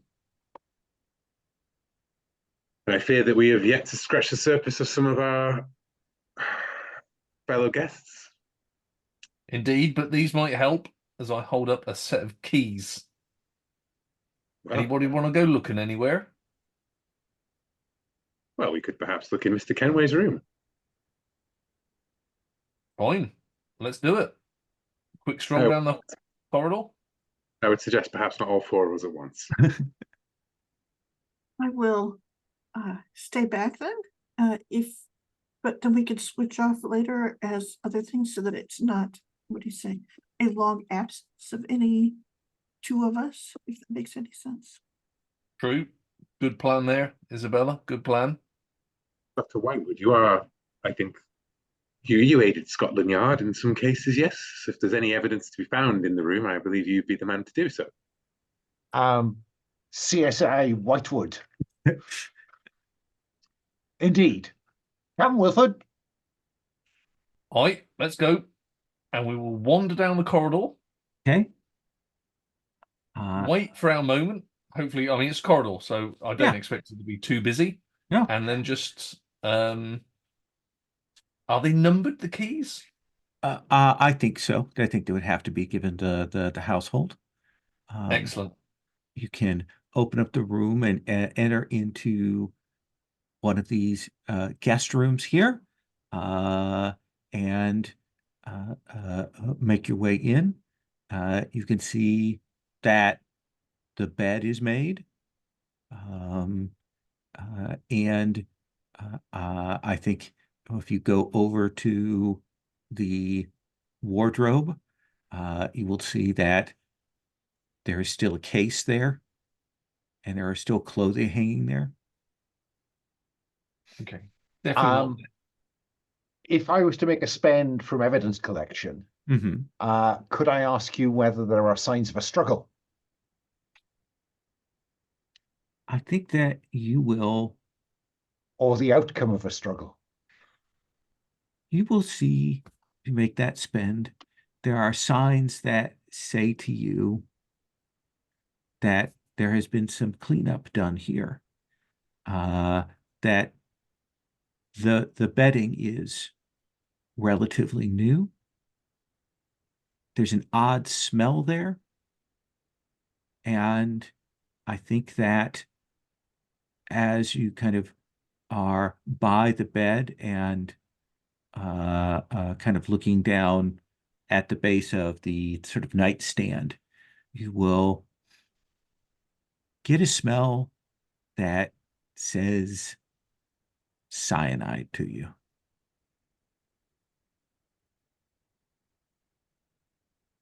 He's dead, Wilford. I think even before we came in here, I deduced that. Where's the body, though? Oi. Well, we've got another room we can have a look in if we think we're exhausted here. In what sense? Mr. Goddard has also gone missing. Oh, did he ever arrive? I wasn't certain about that. They said he didn't arrive. Of course they did. Very good. I mean, would Cyanide. another evidence collection spend here give any clue as to what might have happened to the body, or is that beyond the scope of evidence collection? So are we looking for things like, well, I don't know. I mean, I expect to find drag marks, possibly. That's the I sort mean, of that's thing not I'm really going to wondering give us about. much. No, He was it's not. lifted out of the room. Yeah, I can't think how we could work out where the body is as long as it's not in here somewhere. It could be something left behind by the person who did it. Ah, yes, fair point. I've been hoarding build points for some time now. I am very happy to invest another one into evidence collection in order to give myself a bit of headroom on that. I think that you can see that the window was opened recently. You're on the second floor. And with that evidence collection spend, that was opened, and I think a look down below at the flower bed, while it's been put back in some order, there clearly was some disruption, as if a body was lowered or dropped down into there. And I think that your eyes kind of, as you're looking at that, kind of naturally look up, and you will see all of the crows perched on the edge of the hedge maze.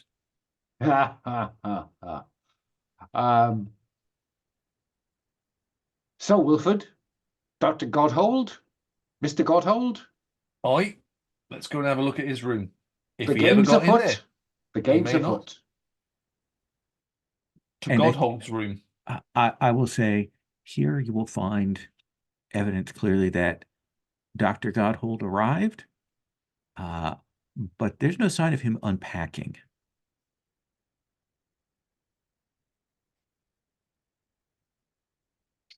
It looks like he must have arrived early. Perhaps you'll even find, his ticket stub that he arrived the day before any of you.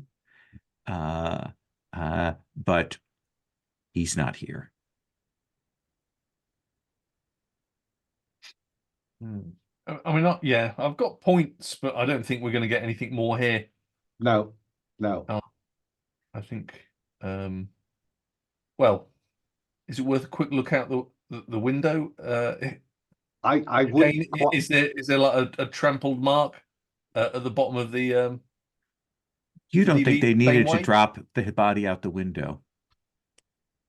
No, they wouldn't have done that. Yeah, if he was here early, they could have. I think we cut and run at that point. Yep, away with us. Isabella, Richard, what are you up to during this? I'm kind of cycling through to see what other people's level of nerves are at this point. I think von Spall is kind of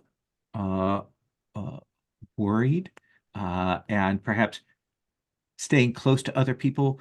Like, she clearly doesn't care for Dice and her company, but is staying with them because they're the ones like in the room with the piano playing and drinking there. So they're the most public. Henneberger is still kind of wandering around the grounds. Harley Phillips seems, after her meeting with Jaeger, maybe a little more nervous. Does that seem like a fair assessment, sort of Mhm. generally? Is there any of Mhm. them you want to approach, talk to? Oh, I think Harley and I have spoken before, so it only makes sense that that we would engage again. And I will say it only gets stranger and stranger. Yes. I don't know if this is what I thought it was.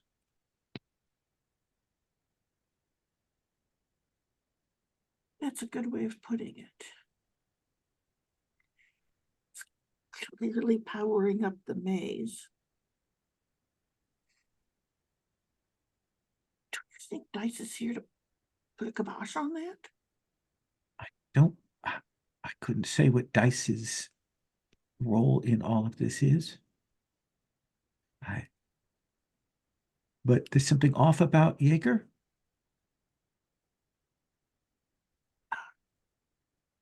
Like he's driven, but maybe even outside of his own sense of drive.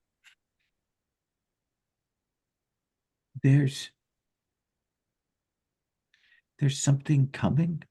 I can feel it. The ley lines and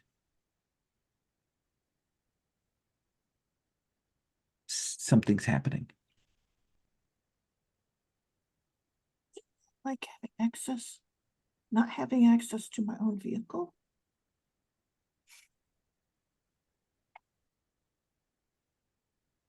Going to keep an eye on Dice. I think if anyone is going to know how to step aside from whatever's coming, she might be the one.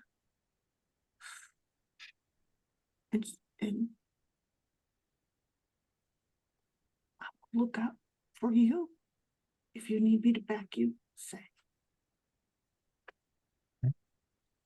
And Richard, what about you?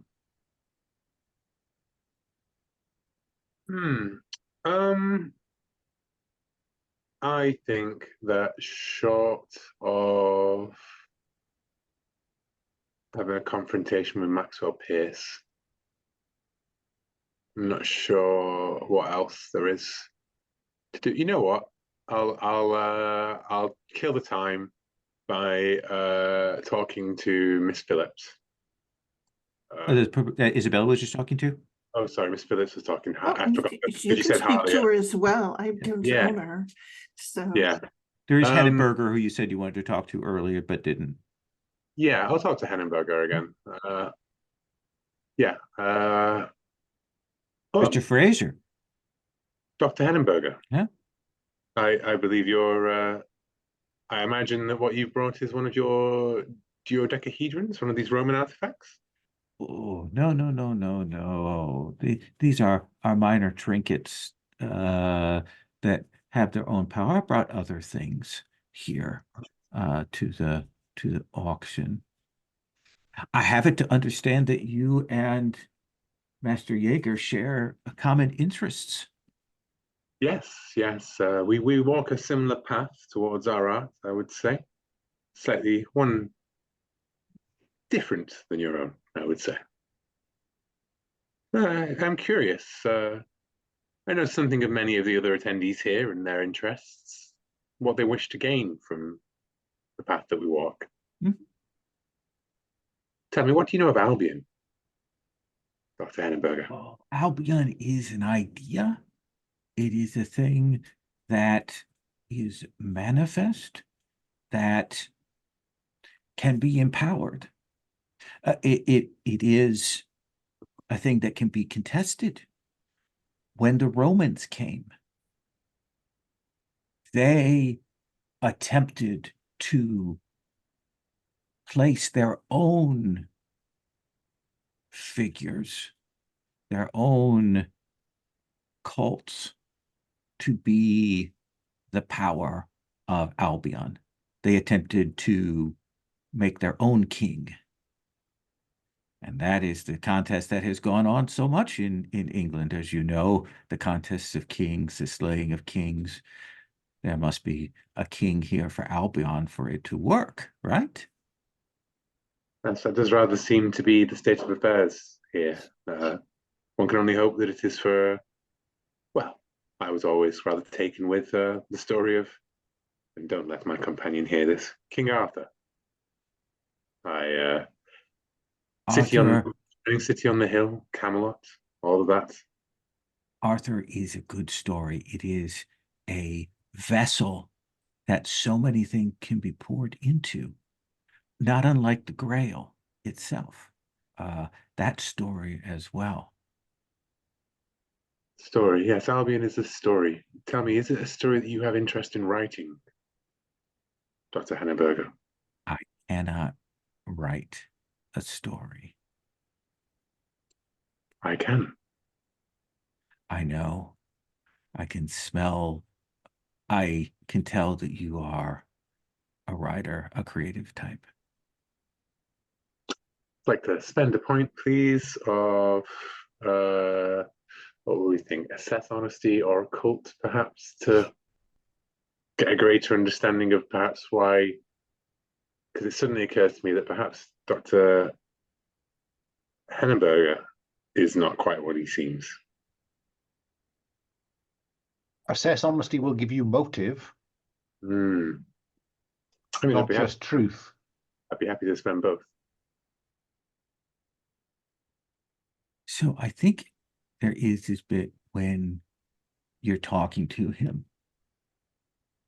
and it is that occult spend. You're not quite sure he's human. The way he says what he says about that creativity, what he's saying here, like that's very weird. And there are things that you see there. And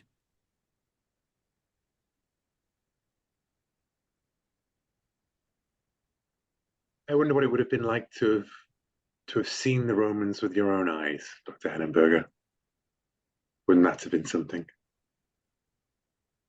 it would have. It would have.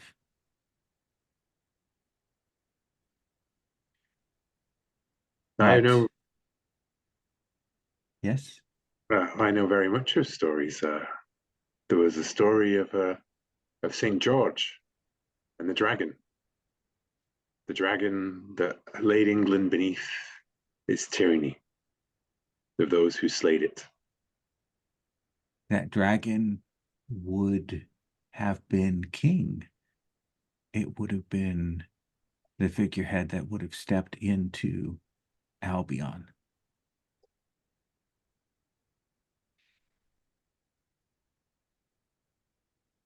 But there are others. Lord Portmore has his patron. Things for this world. This world concerns me less. Seek to return I to another do. place.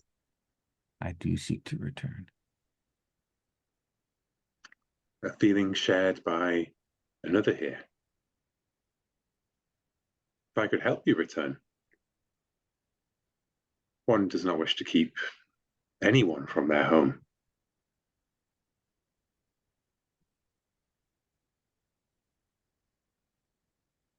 What do you want to spend to get him to say? Bargain, I think. Or, yeah, bargain, I think. Making deals with other, convincing that the best Sure. arrangement for you is also the best for them. He says, if you can help me return, I will show you such things that will open up the doors of your mind to the places that you can go. There are tools brought here to do that. I have witnessed these things. and the tools of this age have drawn me out from where I should be. But perhaps you can aid me in this. You can write me a story of Lake Hali.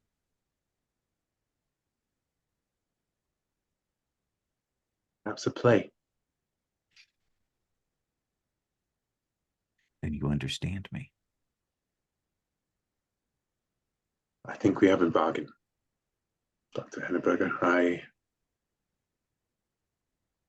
I will aid you as I can. He will nod to you. And I think we'll see you all getting ready, getting dressed for dinner, and kind of heading down into the salon for them to call for you. And I think as you are going in there, open the door, you will see there are people on their feet kind of staring. You'll see Verity is there with her glass, and you can see that there is a figure outstretched on the floor, and Verity will turn to you and say, Busby's come over with a case of rather being dead. I will step up and say, a moment, I'm a doctor. And I'd like to, is it forensics? I think I don't Yes. use it often. Forensics, yes. Study crime scenes, perform autopsies on deceased subjects to determine their cause and circumstances of death. I think you'll see that Melody is in the corner looking startled. You'll see that Lady Marlowe is looking around. Chad looks very upset. It looks like Busby was drinking and playing the piano and collapsed. And I think you'll go over, and with that forensic spend, you'll see that the pink telltale around the mouth that tells you that he has been poisoned with cyanide. What was the last thing he ate or drank? And the cup is spilt and is laying there beside him. Teacup, coffee cup. Obviously, Booze cup. a champagne flute or brandy sifter of that sort. Almonds. No. Aha. What are the Pharmacy spend. Hold on. Whoa. What are the other three of you doing before I get the pharmacy spend here? I'm looking at other people's reactions, if that makes any sense. So Wilford, no one is to leave the room. Of the people in this room, I don't look offended that you oh my. Isabella, of the people in this room, Dice looks the most like amused. Yes, this does not surprise me. But I'm looking to see who else. Like, does Melody look like she's had a close call, or is it? She's just like she's got two friends that are missing, and now there's a corpse in the room. Mhm. Uh, All right. and I think you'll see that Hennenberger and Chaplin are kind of off to the side, maybe at the billiard table, and they look surprised by all of this. Pierce is notably not here. Hmm. Richard, what are you doing? Where's that bastard Pierce? And they'll look around and they'll say, we haven't seen him since this afternoon. Well, rather suspicious, don't you think? Murmuring and nodding. Wilford? I don't really have any points left in anything to spend. Right. Wilford? I was going to go up to his room and quickly check that out, but now I've seemed to be put on guard duty at the door. Okay, so We know what killed him. We're going to soon find out a bit more about that. Isabella has sort of scoped out possible culprits. I don't think they're. Yeah. No, I can't see a spend really. Okay. You're just in anything. securing the location here? Yeah, although none of them look as if they want to leave Right. anyway, do they? Not yet. Not yet. I mean, Paul, don't let me take your agency away. No, I we will can come search his room at any time. I Yeah, think. but our Richard will come with you to step up to the door with you, and give you an out if you want to. I'll keep an eye on the door while you. Yeah, in fact, yeah, if Richard takes over security, I will then head to the room. Which room? The deceased's room. Head up to Busby's room? Yeah. Okay. I think you'll pass, staff coming to call people to dinner, and you'll run up there to Busby's room, and I think you will check it out, and I think you realize just how absolutely mundane and like not part of this Busby is. The most uh, uh, secretive thing here is perhaps some erotica he has tucked away in the bottom of his bag. Dirty. But otherwise, like he doesn't belong here. Sorry, didn't belong here. Didn't belong here. Okay. Fine. I mean, I've got evidence collection Sure. forensics, but if you're not prompting me to spend, then there Yeah, I'm isn't not any. prompting you to spend. I think you can get There that ain't much as going on here. yeah. Dr. Whitewood, that pharmacy spend you want to make? Indeed so. Consider it spent. Okay. I think that one of the things is that there's no smell of almonds in the drink, and you kind of check his breath, and there's no smell of almonds there, kind of oddly. But I think as you walk back over to where Isabella is, and you're standing there by Verity, she's holding that sifter out, and I think that you can smell the almonds in the sifter and the almonds on her breath.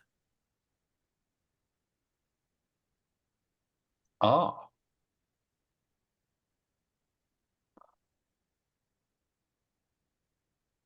I'm not sure I've put that together in my head. So she has cyanide in the sifter. She smells of cyanide. Yeah, did she kiss him? But Do you how? Why is do you ask her that? what? I suppose what I'm not certain about is his breath doesn't smell of almonds. Correct. Yeah. She So I turns don't- to you She was and poisoned and he says, did the dying for her. she says, I rather think that was meant for me. Ah, yes, fine. Yes, so she's diverted that poison to an innocent sacrificial victim. I think you might be right, Miss Dyce. I hope there won't be more of this. I only have 2 friends more with me. And I think that's where we're going to stop for today. Pierce is missing. Busby is dead. There's been an attempt on Verity Dyce's life. And there's more things going on outside these circles. I think next time we will be getting to the bottom of this, rituals and yellow kings and all of that kind of such, and we will see that. Let's give everybody, you can refresh, let's say 3 points. Mhm. Cool. That firearms is going right back up. Go right back up.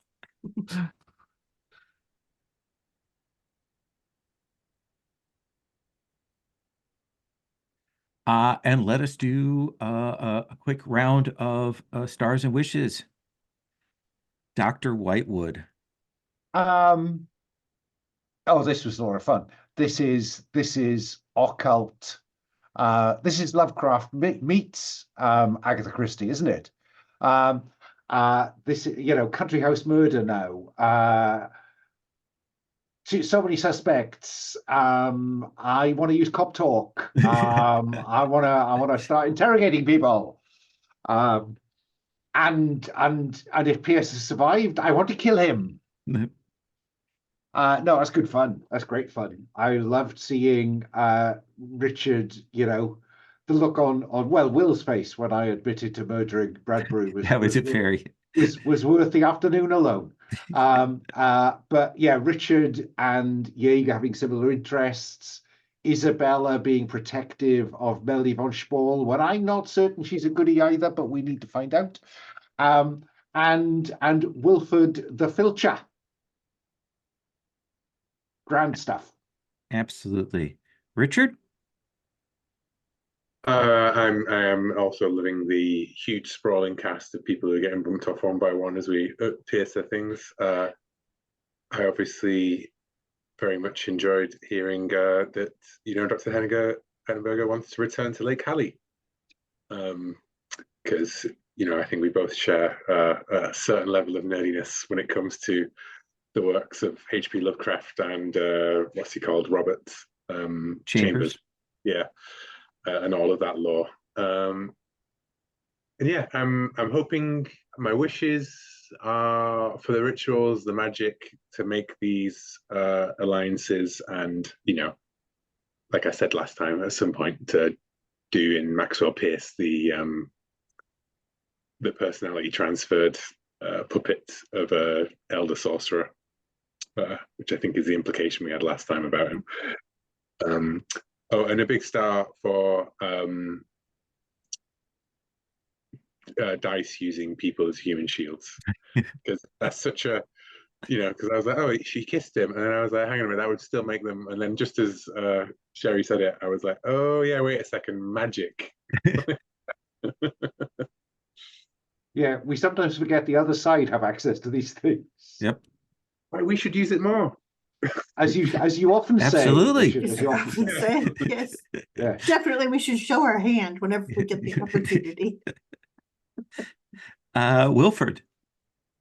Great game, really enjoyed it. Lol. For something that didn't sort of instantly come out as sort of high action, you still managed to throw in lots of point spending, both from general and from investigative. So I was really appreciative of that. I really liked Sherry's sort of protection thing, but also her shooting scene. I thought that was nicely done there, and you really helped me when you were describing the object and its provenance, because you did have an idea, unlike the other two with their object, where it was both, no, he can tell you, no, he can tell you, no, he can tell you. Alan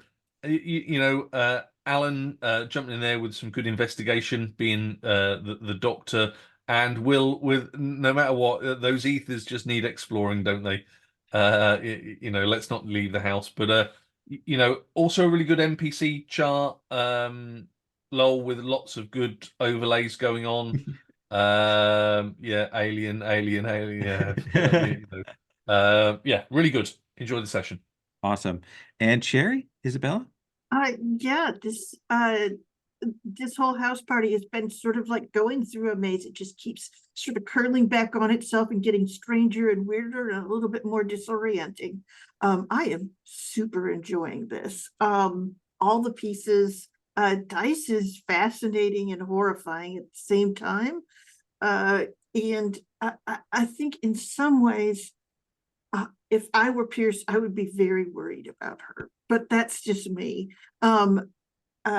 I probably should be more worried about her, but right now I'm going, okay, if this is how she survived these things, but still, she's still probably more aware of what's going to be happening soon. So I'm still going to keep an eye on her. I think my survival might depend on seeing what she's up to. And if she starts stepping away from a situation, I will too. Okay. So that's good If stuff. she's heading for the door, you're Yeah, also heading for the door. Okay. Exactly. I'll be right there opening it just before she gets there. Yeah. You guys were all awesome. I love Richard's just absolute commitment to the next Aether. And wow, an agreement with the doctor there. That was a good step towards what you want, I assume. Yikes. And in Ellen, your Dr. Whitewood, I actually, when you confessed to what you'd done, I was like, oh, that's brilliant. That's exactly the thing. I was like, yes, that was it. I didn't know it until you did it. And I was like, oh, perfect. Absolutely perfect. So good. Surprising moment and just right on. And Paul, you are, what do you say? The spine that holds this whole thing together. I don't know what we would do without you. You really are. Yeah, you are the reason that we actually muddle through these things. So very well done. I just love it. And wow, what a maze. Really good. I especially enjoyed the shooting scene. Actually, I was the whole shooting challenge and that the way the dice rolled out was very fun. You had so some good dice. that was good. great. Yeah. Awesome. I'm going to stop the recording.